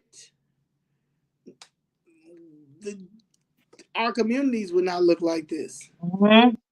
Yeah, this is they only stop us when it comes to um uh anything that has to do with some type of equitable like anything that's gonna make us get some type of money. You understand? Like anything like that. Any of our equitable resources. That's when they put a hold on it. Like Mhm. the land bank. You can't. Oh, you got Maria Poppins' stupid self with that haircut, that Rod Stewart haircut. She'll sit and stay and say, "Well, yeah, we have, just get your lands." No, we cannot. You know that. Right. You know you're going to take us through the ringer. Mm-hmm. Because my thing is, we have everything. We have the builders. We have the people. We have some older people that are still in the trades, like that are electricians and stuff like that. That can still come out here and do the work and show younger people how to do it, right? Mm-hmm. But you're stopping us from doing that because you don't want us to have no money. Yeah, You no don't want us to economic. have no money. Like literally right now, I got Tony Pratt. I got the First Amendment, my mother's case, right? That at the end of the day, it's like no matter what, they need to just sit down and settle, or y'all need to bring my mother a bag of money. You understand? Either one. Like if y'all don't want to settle the case because y'all don't want to set a precedent, even though it has, you're gonna have to drop my mama off a bag of money. Like it's no way in the world, because it's gonna get worse for you before it's not never. It's getting better for me every day that y'all don't pay me or settle this case. It makes y'all look worse and worse, and the Republicans looking real good in Mm-hmm. Chicago. Like I mean, looking good. Like I mean, I see the red wave. Mm-hmm. It is looking real promising Mm-hmm. because you're showing how weak you are. And clearly nobody in there got all this money y'all stole. Niggas can't drop off no money to my mom. That's crazy to me. Cause you don't want to use the government's money to you don't want to use the government's money to settle my mom's case. But you also not using none of that corruption money y'all stole. Right. Right. Crazy. Yep. Yeah, it's insane. So anyway, going back to Brian Hopkins, he's not to be trusted. He's a second ward. It's time for him to get up out of there. He is one of my least favorites. And honestly, he was a terrible alderman too. People put people complained about him in that building. People Mm-hmm. complained about him on Streeterville, and people were really pissed off. I mean, and even in other buildings and stuff, like people complained about him. He was weak. He didn't know what to do. Any of those things. So yeah. So that's the when it comes to him, yeah, he can't be trusted. Now, if you would like to run in the second ward and you are a Republican, I have somebody in mind that I already know over there. However, I have to ask, would he be interested? Anyway, or if you're looking to be a committees person, Republican committee person over there, please send an email to Chicago all hands on deck at gmail.com. DM me if you see me if you follow me on X, or you also can send, I think they got contact information on chicagofoodsred.com and on the X page, or if you see Danny in them Twitter streets, the X streets, ask her. Right. Right. You see um, that? Right. Right. Run across me in them Twitter streets. yeah, yeah. So on those Twitter streets, and that's it for Brian Hopkins. You have anything to say?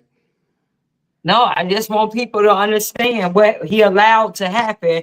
And if that person would allow that to happen in that area where you got the Gold Coast, where you got all those businesses, all that property, like you said, millions of dollars for property. If this person will allow that, you got to get rid of him. That's a weak person. Weak, and he's stealing something going on. Yeah, he's stealing money, something going on, because you don't allow nothing like that to happen, especially when you're over an area like that.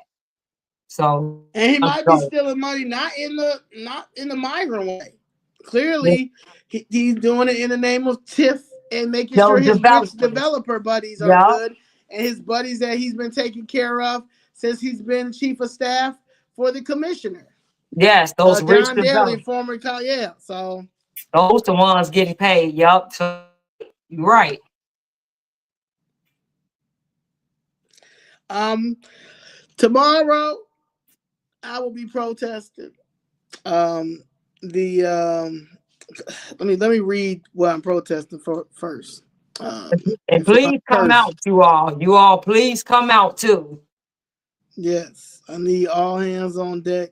Yes. So it is Saturday morning forum, the Rainbow Push Coalition, the commemoration of Dr. King's assassination. Oh, Oh my God. wow. How ironic at Push. From standing to mobilization, answering the call. Focus reflected on the legacy of Dr. King's final days, his fight for the Poor People's Campaign and economic justice, while recognizing that our moment demands immediate action. Connection to today, the ongoing battle against voter suppression, white supremacy, and economic exploitation under MAGA extremists. Y'all are crazy. I'm gonna stop there. I'm gonna stop y'all right there.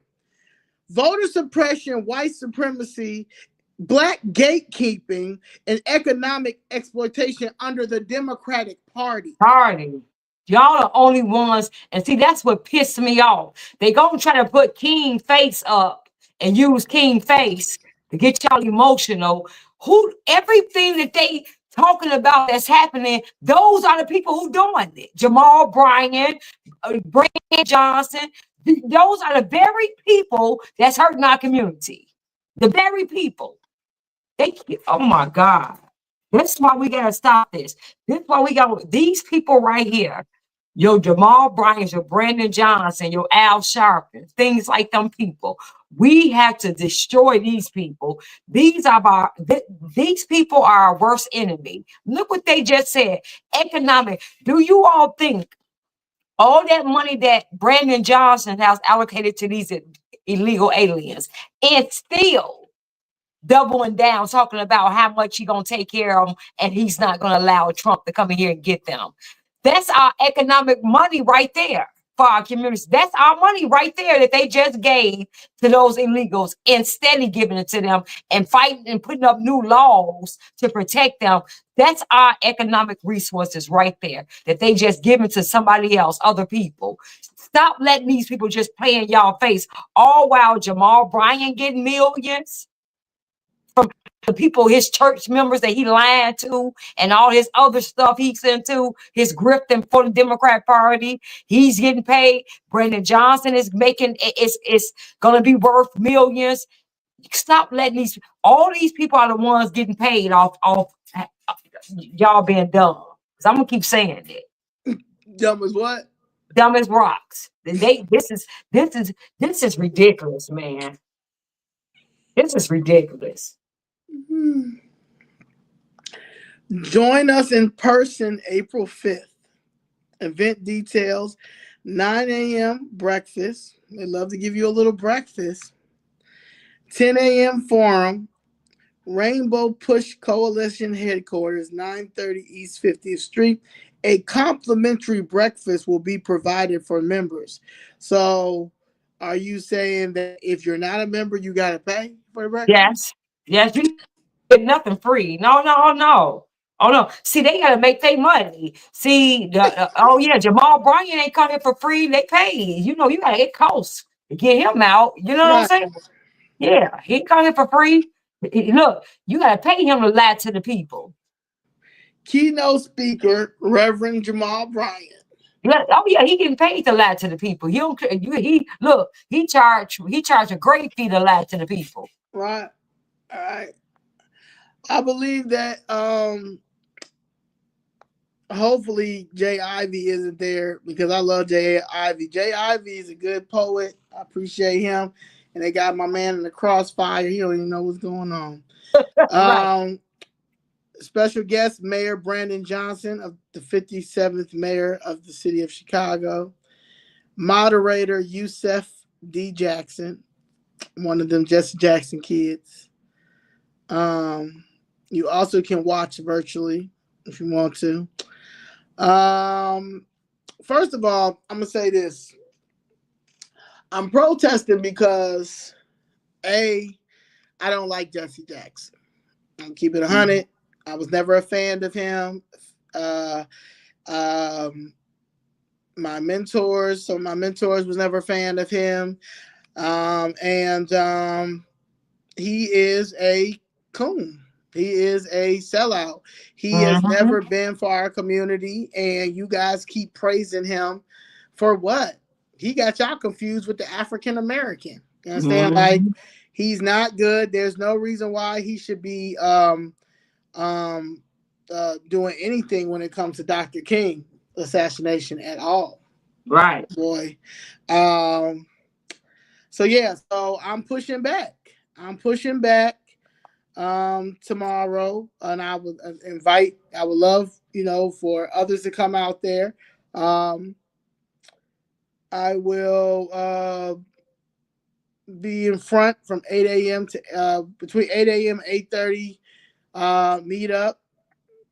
I'm prepared to go across the street too if they say well, but I feel like push gets enough of our tax dollar that if I feel like I don't feel like that's a private organization, nonprofit, right? So nonprofit, Mm-hmm. yeah, yeah. So I think I'm gonna be right on the side, right next, yeah, when they're coming in. They might now. Brandon Johnson might get there at 6:45 in the morning. He gonna be Yeah, there early. yeah. He don't want to ball. He can't face me. He's been hiding from, like, yeah, he'll go in every other door or get there early or go in every other door. So if it's only one door, I don't know if that is the Rainbow Push Coalition headquarters. He may go through the back. He's never Yeah, gonna go through the front. yeah. He always go through the back door. Yeah. So I will be there. However, I think that Mayor Brand Johnson should not be allowed on the South Side ever until he gets every illegal up out of the South Side and the shelter. Mm-hmm. And I stand on that. Y'all crazy for allowing him to come over here and talk Mm-hmm. and lie to y'all about what he's doing for the black community. Even yesterday, they did two ribbon cuttings in Auburn Grisham when it comes to affordable housing. Mind you, $810,000 per unit that was paid for the unit in Auburn Grisham. That's a whole That's a whole nother talk. However, that's across the street from my land where I can't get no tip money or no help from my alderman. But he went over there, the mayor with David Moore and T.L. Barrett. That's that Barrett, the Bishop Barrett's son. He's also corrupt too. Yeah, they all Yeah, you people. Yeah. yeah. But he was there. He was in there doing, I've confronted him. I've confronted him twice on Facebook, like in DMs. The first time I confronted him, it was on some nice, like, to ask him, hey, could you sit down and meet with me? My mom is, has an issue when it comes to this. Was before I got involved, and I was still in Atlanta. He just left me on scene. Then when I went in on him like 3 years later, which was I think this year or late last year, he did say something. I still went in on him, and then I unfollowed his ass because Who why is are you this? still friends? Who is Why are this? you friends? TL Barrett. Oh, okay. Yeah, he's the minority part of the he's the coon of only getting pennies for the developer who's getting all the money, but he's giving them a little bit so he can get this little minority part. We need a little bit of we need a minor in order for us to get this TIF money. We need to find a nigger. We need to find one. Like when that time we went into Mm-hmm. that thing, they ain't know nothing about each other. Yup. Yeah. Yup. So they're that they know, like I feel like these racist developers know, okay, let's see which ones are the our good boys. Oh yes, Yeah. yes, yes, yes. All right, yeah. Get the Bishop boys. TL. Yeah. Yeah. Get them. Get them. You know what I'm saying? But when they come to us confronting them, they want to get crazy. Don't get crazy with me. Mm-hmm. Don't get crazy with me. However, Brandon Johnson, because he's such a habitual liar, Yeah. he will probably say that he is the one who helped get that open. No, Lori Lightfoot Ben gave him that money. Okay, she just didn't win. You know what I'm saying? Yeah, he gonna. Oh yeah, he gonna say. Yeah, he's gonna He say gonna. that he Oh, was he the gonna one. take credit. Yeah. He invested in the community. Yeah. Yeah, Yeah. no, he Yeah. didn't. He gonna say I invested in the community and look what I did. Ain't them affordable homes. First of all, I want to see who you putting in there. How much? I want to see Yeah, but all 800,000 for a unit. it's for each unit. Like yeah. Alex, that's my homeboy. They broke it down. It's like 831,000 per unit So we for just steady affordable housing. spending It's money. not the first. I mean, Garfield too. Like they spent like literally, they are playing in our faces. So they They're spending playing in our money. faces. So wait a minute. So they spending money, that much money that we don't have. Oh, Because for see, an that's how you affordable unit.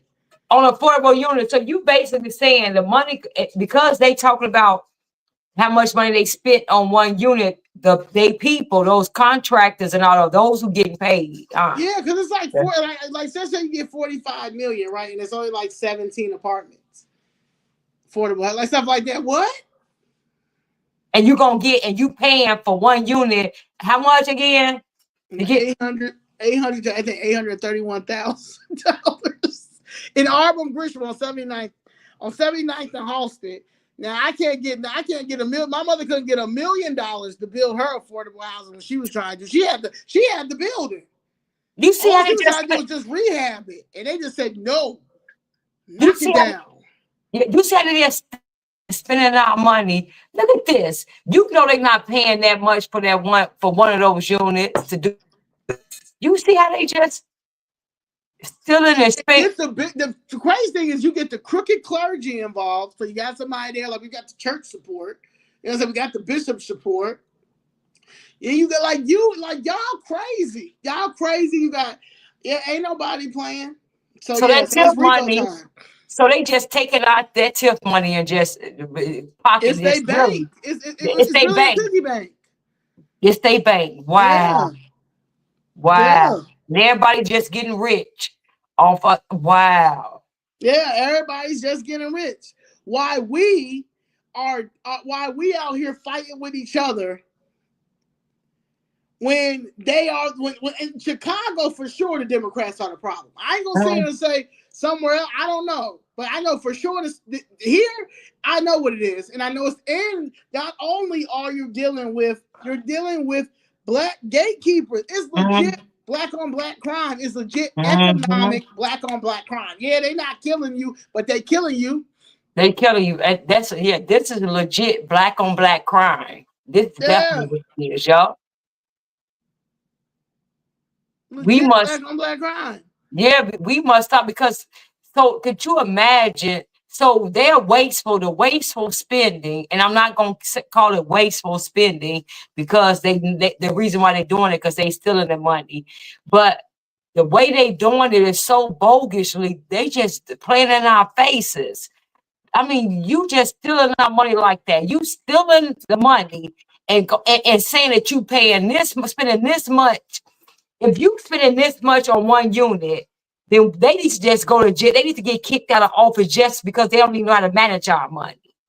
But that's because now all this is like everybody can go look at this. This is not where I'm making it up. I'm not. No, I'm not. I'm not saying like, oh no, she says 800,000. Nah, like it's dead ass. Like look up.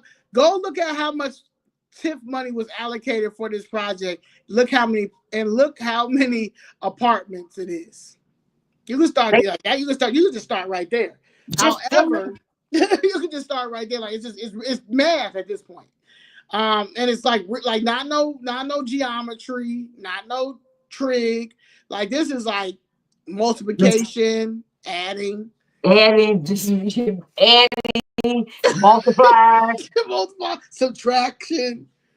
This is unbelievable. Yeah, but the problem is, even though it's public knowledge and stuff, that's how I know that just because you're educated with a college education doesn't mean that you're educated, because all of this is out here. with your tax dollar, you're getting played.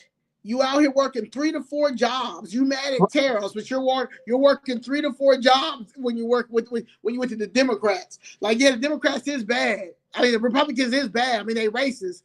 You understand? And they taxing the rich, but you working 3 jobs. You working 3, and they You steady working 3 taxing you. jobs. You And working 3. they believe in tax. Look how stupid these people sound. You got Trump trying to tariff the people who's taking advantage of us.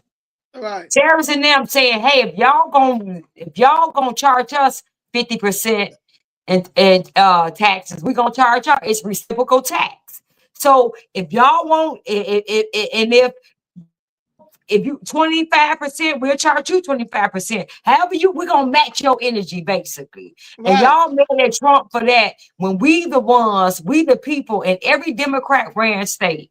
If you notice, the only thing they know how to do is give us poverty mindsets and to tax us. They don't know how to build an economy. They don't know how to bring businesses to the community. They don't know how to do none of that.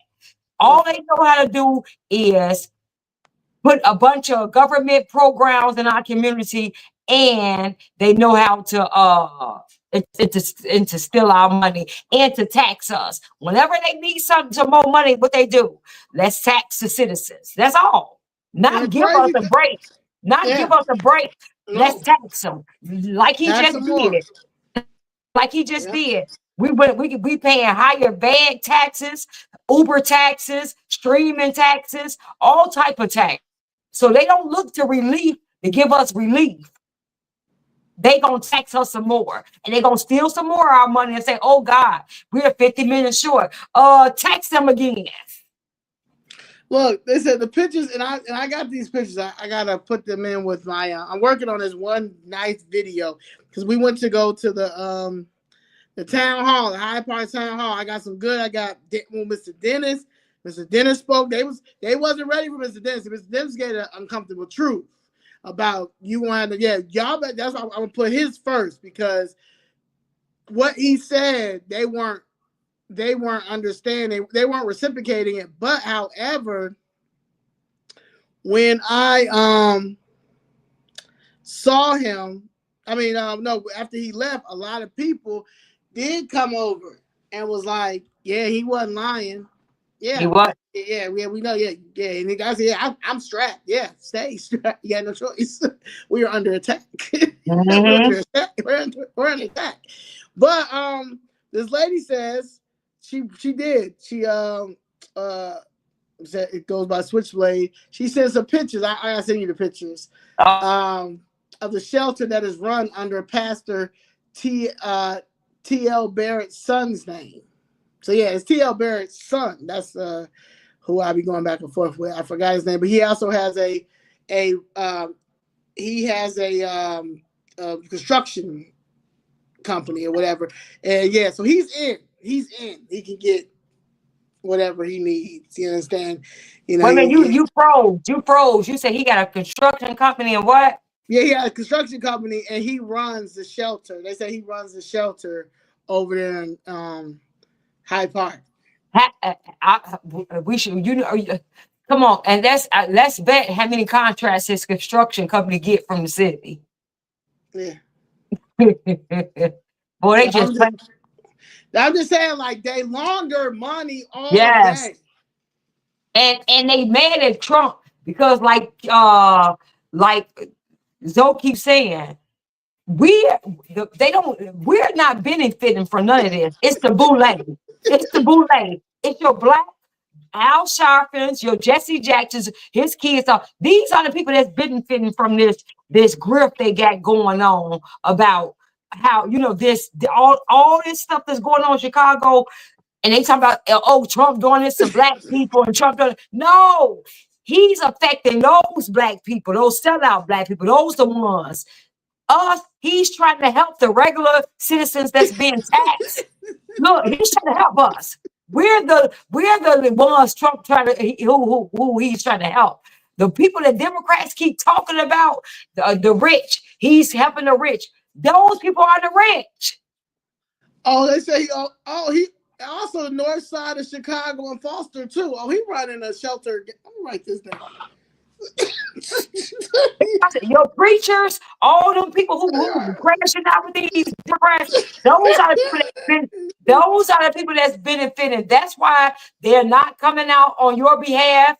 You don't want these illegals here. They want them here. They're not standing Because it's behind big you business. because it's big business. And they buying up the little store, they buying stuff and they look and they housing them for what?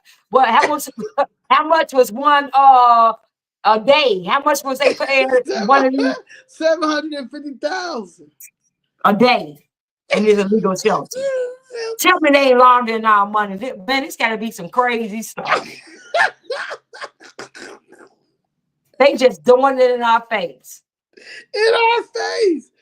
And want to keep pushing racism. Oh No.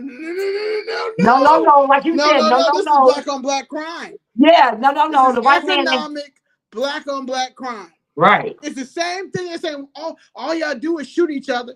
Oh well, we can't save our kids because the business owners and the ones who are out here trying to save the community is getting roadblocked by these boulets.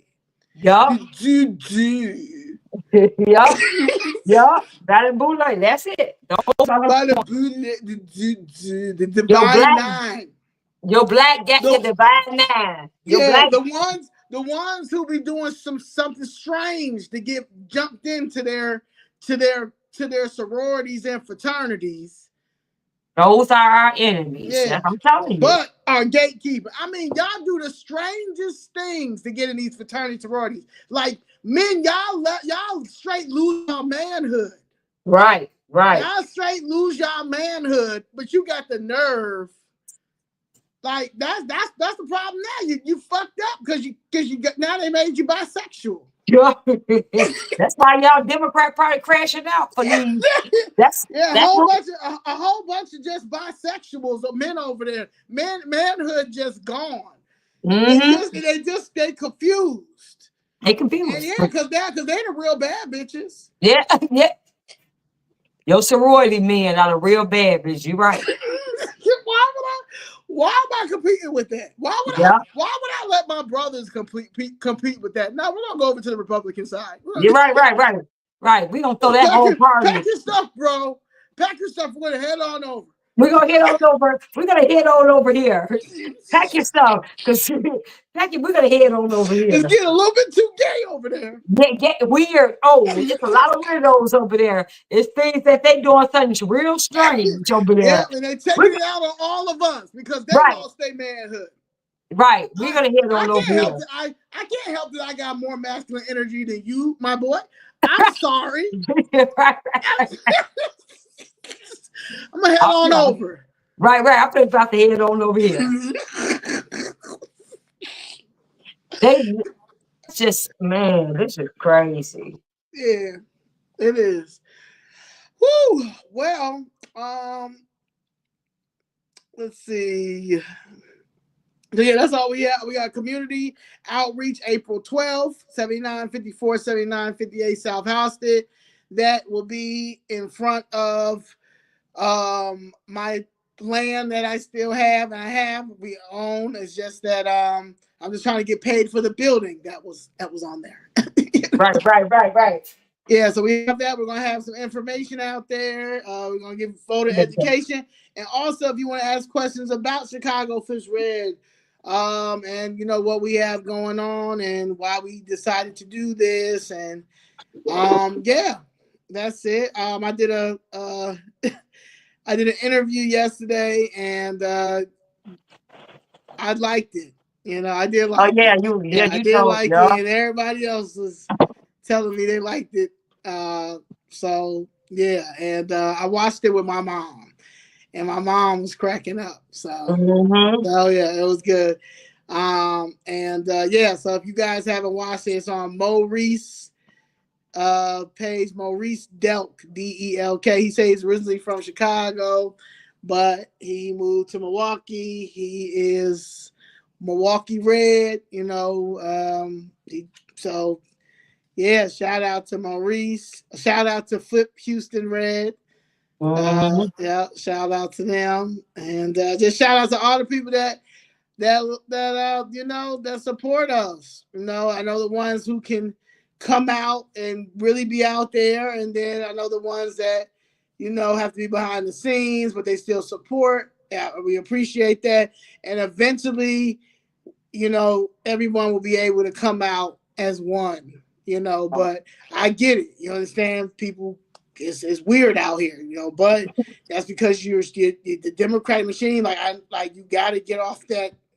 You gotta get off that plant. That is a plantation. Like Mrs. Yes, Blakemore, I used to hear Mrs. Blakemore. You said like the Democratic plantation, like Democratic plantation.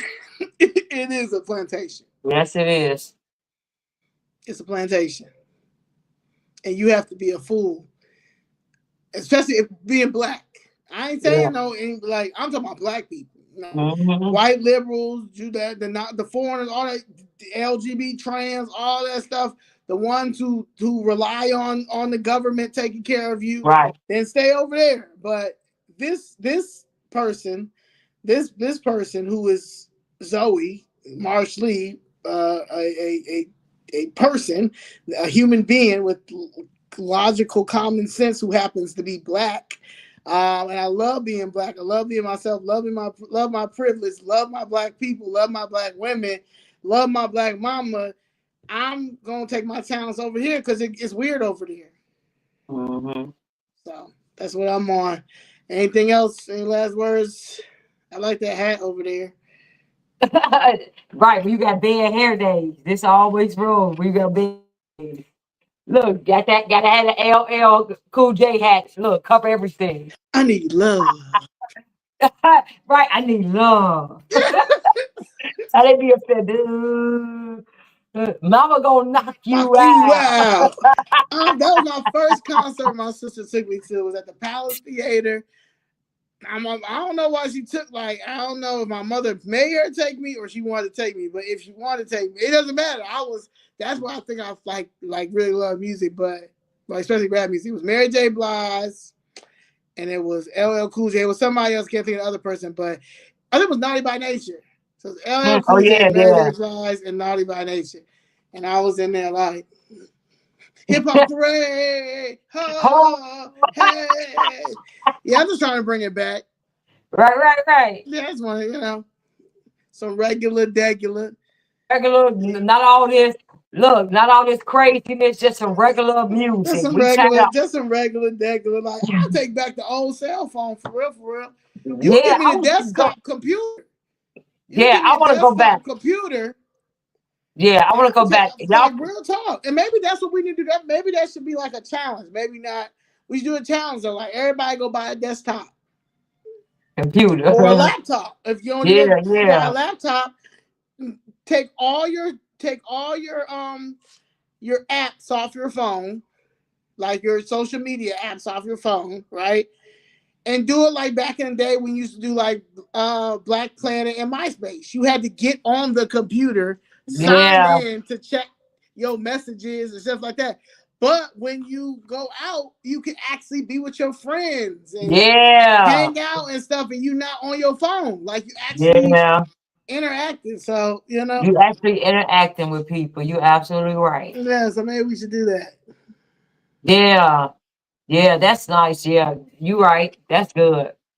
Yeah. Yeah, because you be out and everybody be on their phone. No, you still not having no interaction. No, yeah, you right. That's yeah. Yeah. So yeah, maybe we gotta do that. This could be like a challenge, all hands on deck challenge or something. Mm-hmm. Mm-hmm. Yeah, especially for you. Whew. You a, you a old tender for real.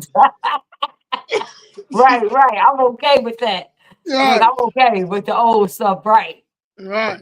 So, but it ain't. But you need that. Like, if you don't, if you don't do like old fashioned writing, going to get like notepads, going to get a planner. Like Ms. Jess kept saying, like we need a calendar. We need a big calendar. She right. I bought a calendar today, but like she right. Like you know saying, like stuff like that you do need because you don't never want to stop writing. You never want to stop doing anything that's manual or something like that, because you're taking those, you're making it, you're taking that away. And there's some people that just ain't computer savvy, just ain't tech Mm-hmm. savvy. They want to go inside to a regular store. They don't want to online shop. They want to Mm-hmm. talk to a regular person. They want to talk to a person so they can go back. Like, no, I gotta go back over here to this place. You wanna be able to. Like, our kids don't even know how to do cursive. And so I barely Mm-hmm. knew cursive when I was in there. But these people really don't know what cursive is. Like, everything cannot just be the tablet. Everything cannot. Right. Yeah, like, nah. Get out here. That's why our kids ain't got Yep. no. I haven't seen these kids, these young boys that's out here with these switches and these these switches and these tight pants. Um, they got the prettiest legs because they don't go out. And Yeah, they them. don't go outside and fall off their bike and stuff. Like, it's just real weird. Mm-hmm. So, you know. Um, anything else? Mm-mm. All right. Well, I guess that's that. Thank y'all. We will figure out who is next week. Famous Friday. Please Yeah. like, share, subscribe. And when it comes to Alderman Brian Hopkins, this is your last term, baby. This is Yes. your last term. So go talk to Daly and figure out if he can get you something in the stock room, or but it's over for you. You Right. are the reason why, especially as a white man being in finance. Finance. You let All your that finance. shelter be over there for You that let long. your finance go out the door. Yeah, over Yeah, there where yeah, you yeah, was at. yeah. You're financially done. So go talk to those Mm-hmm. developers and see if they can get you a job over there. But I Right, got right, nothing for right. you. Got nothing for you, buddy. All right. Talk to you later. All Bye. right, you guys. See you. Bye bye.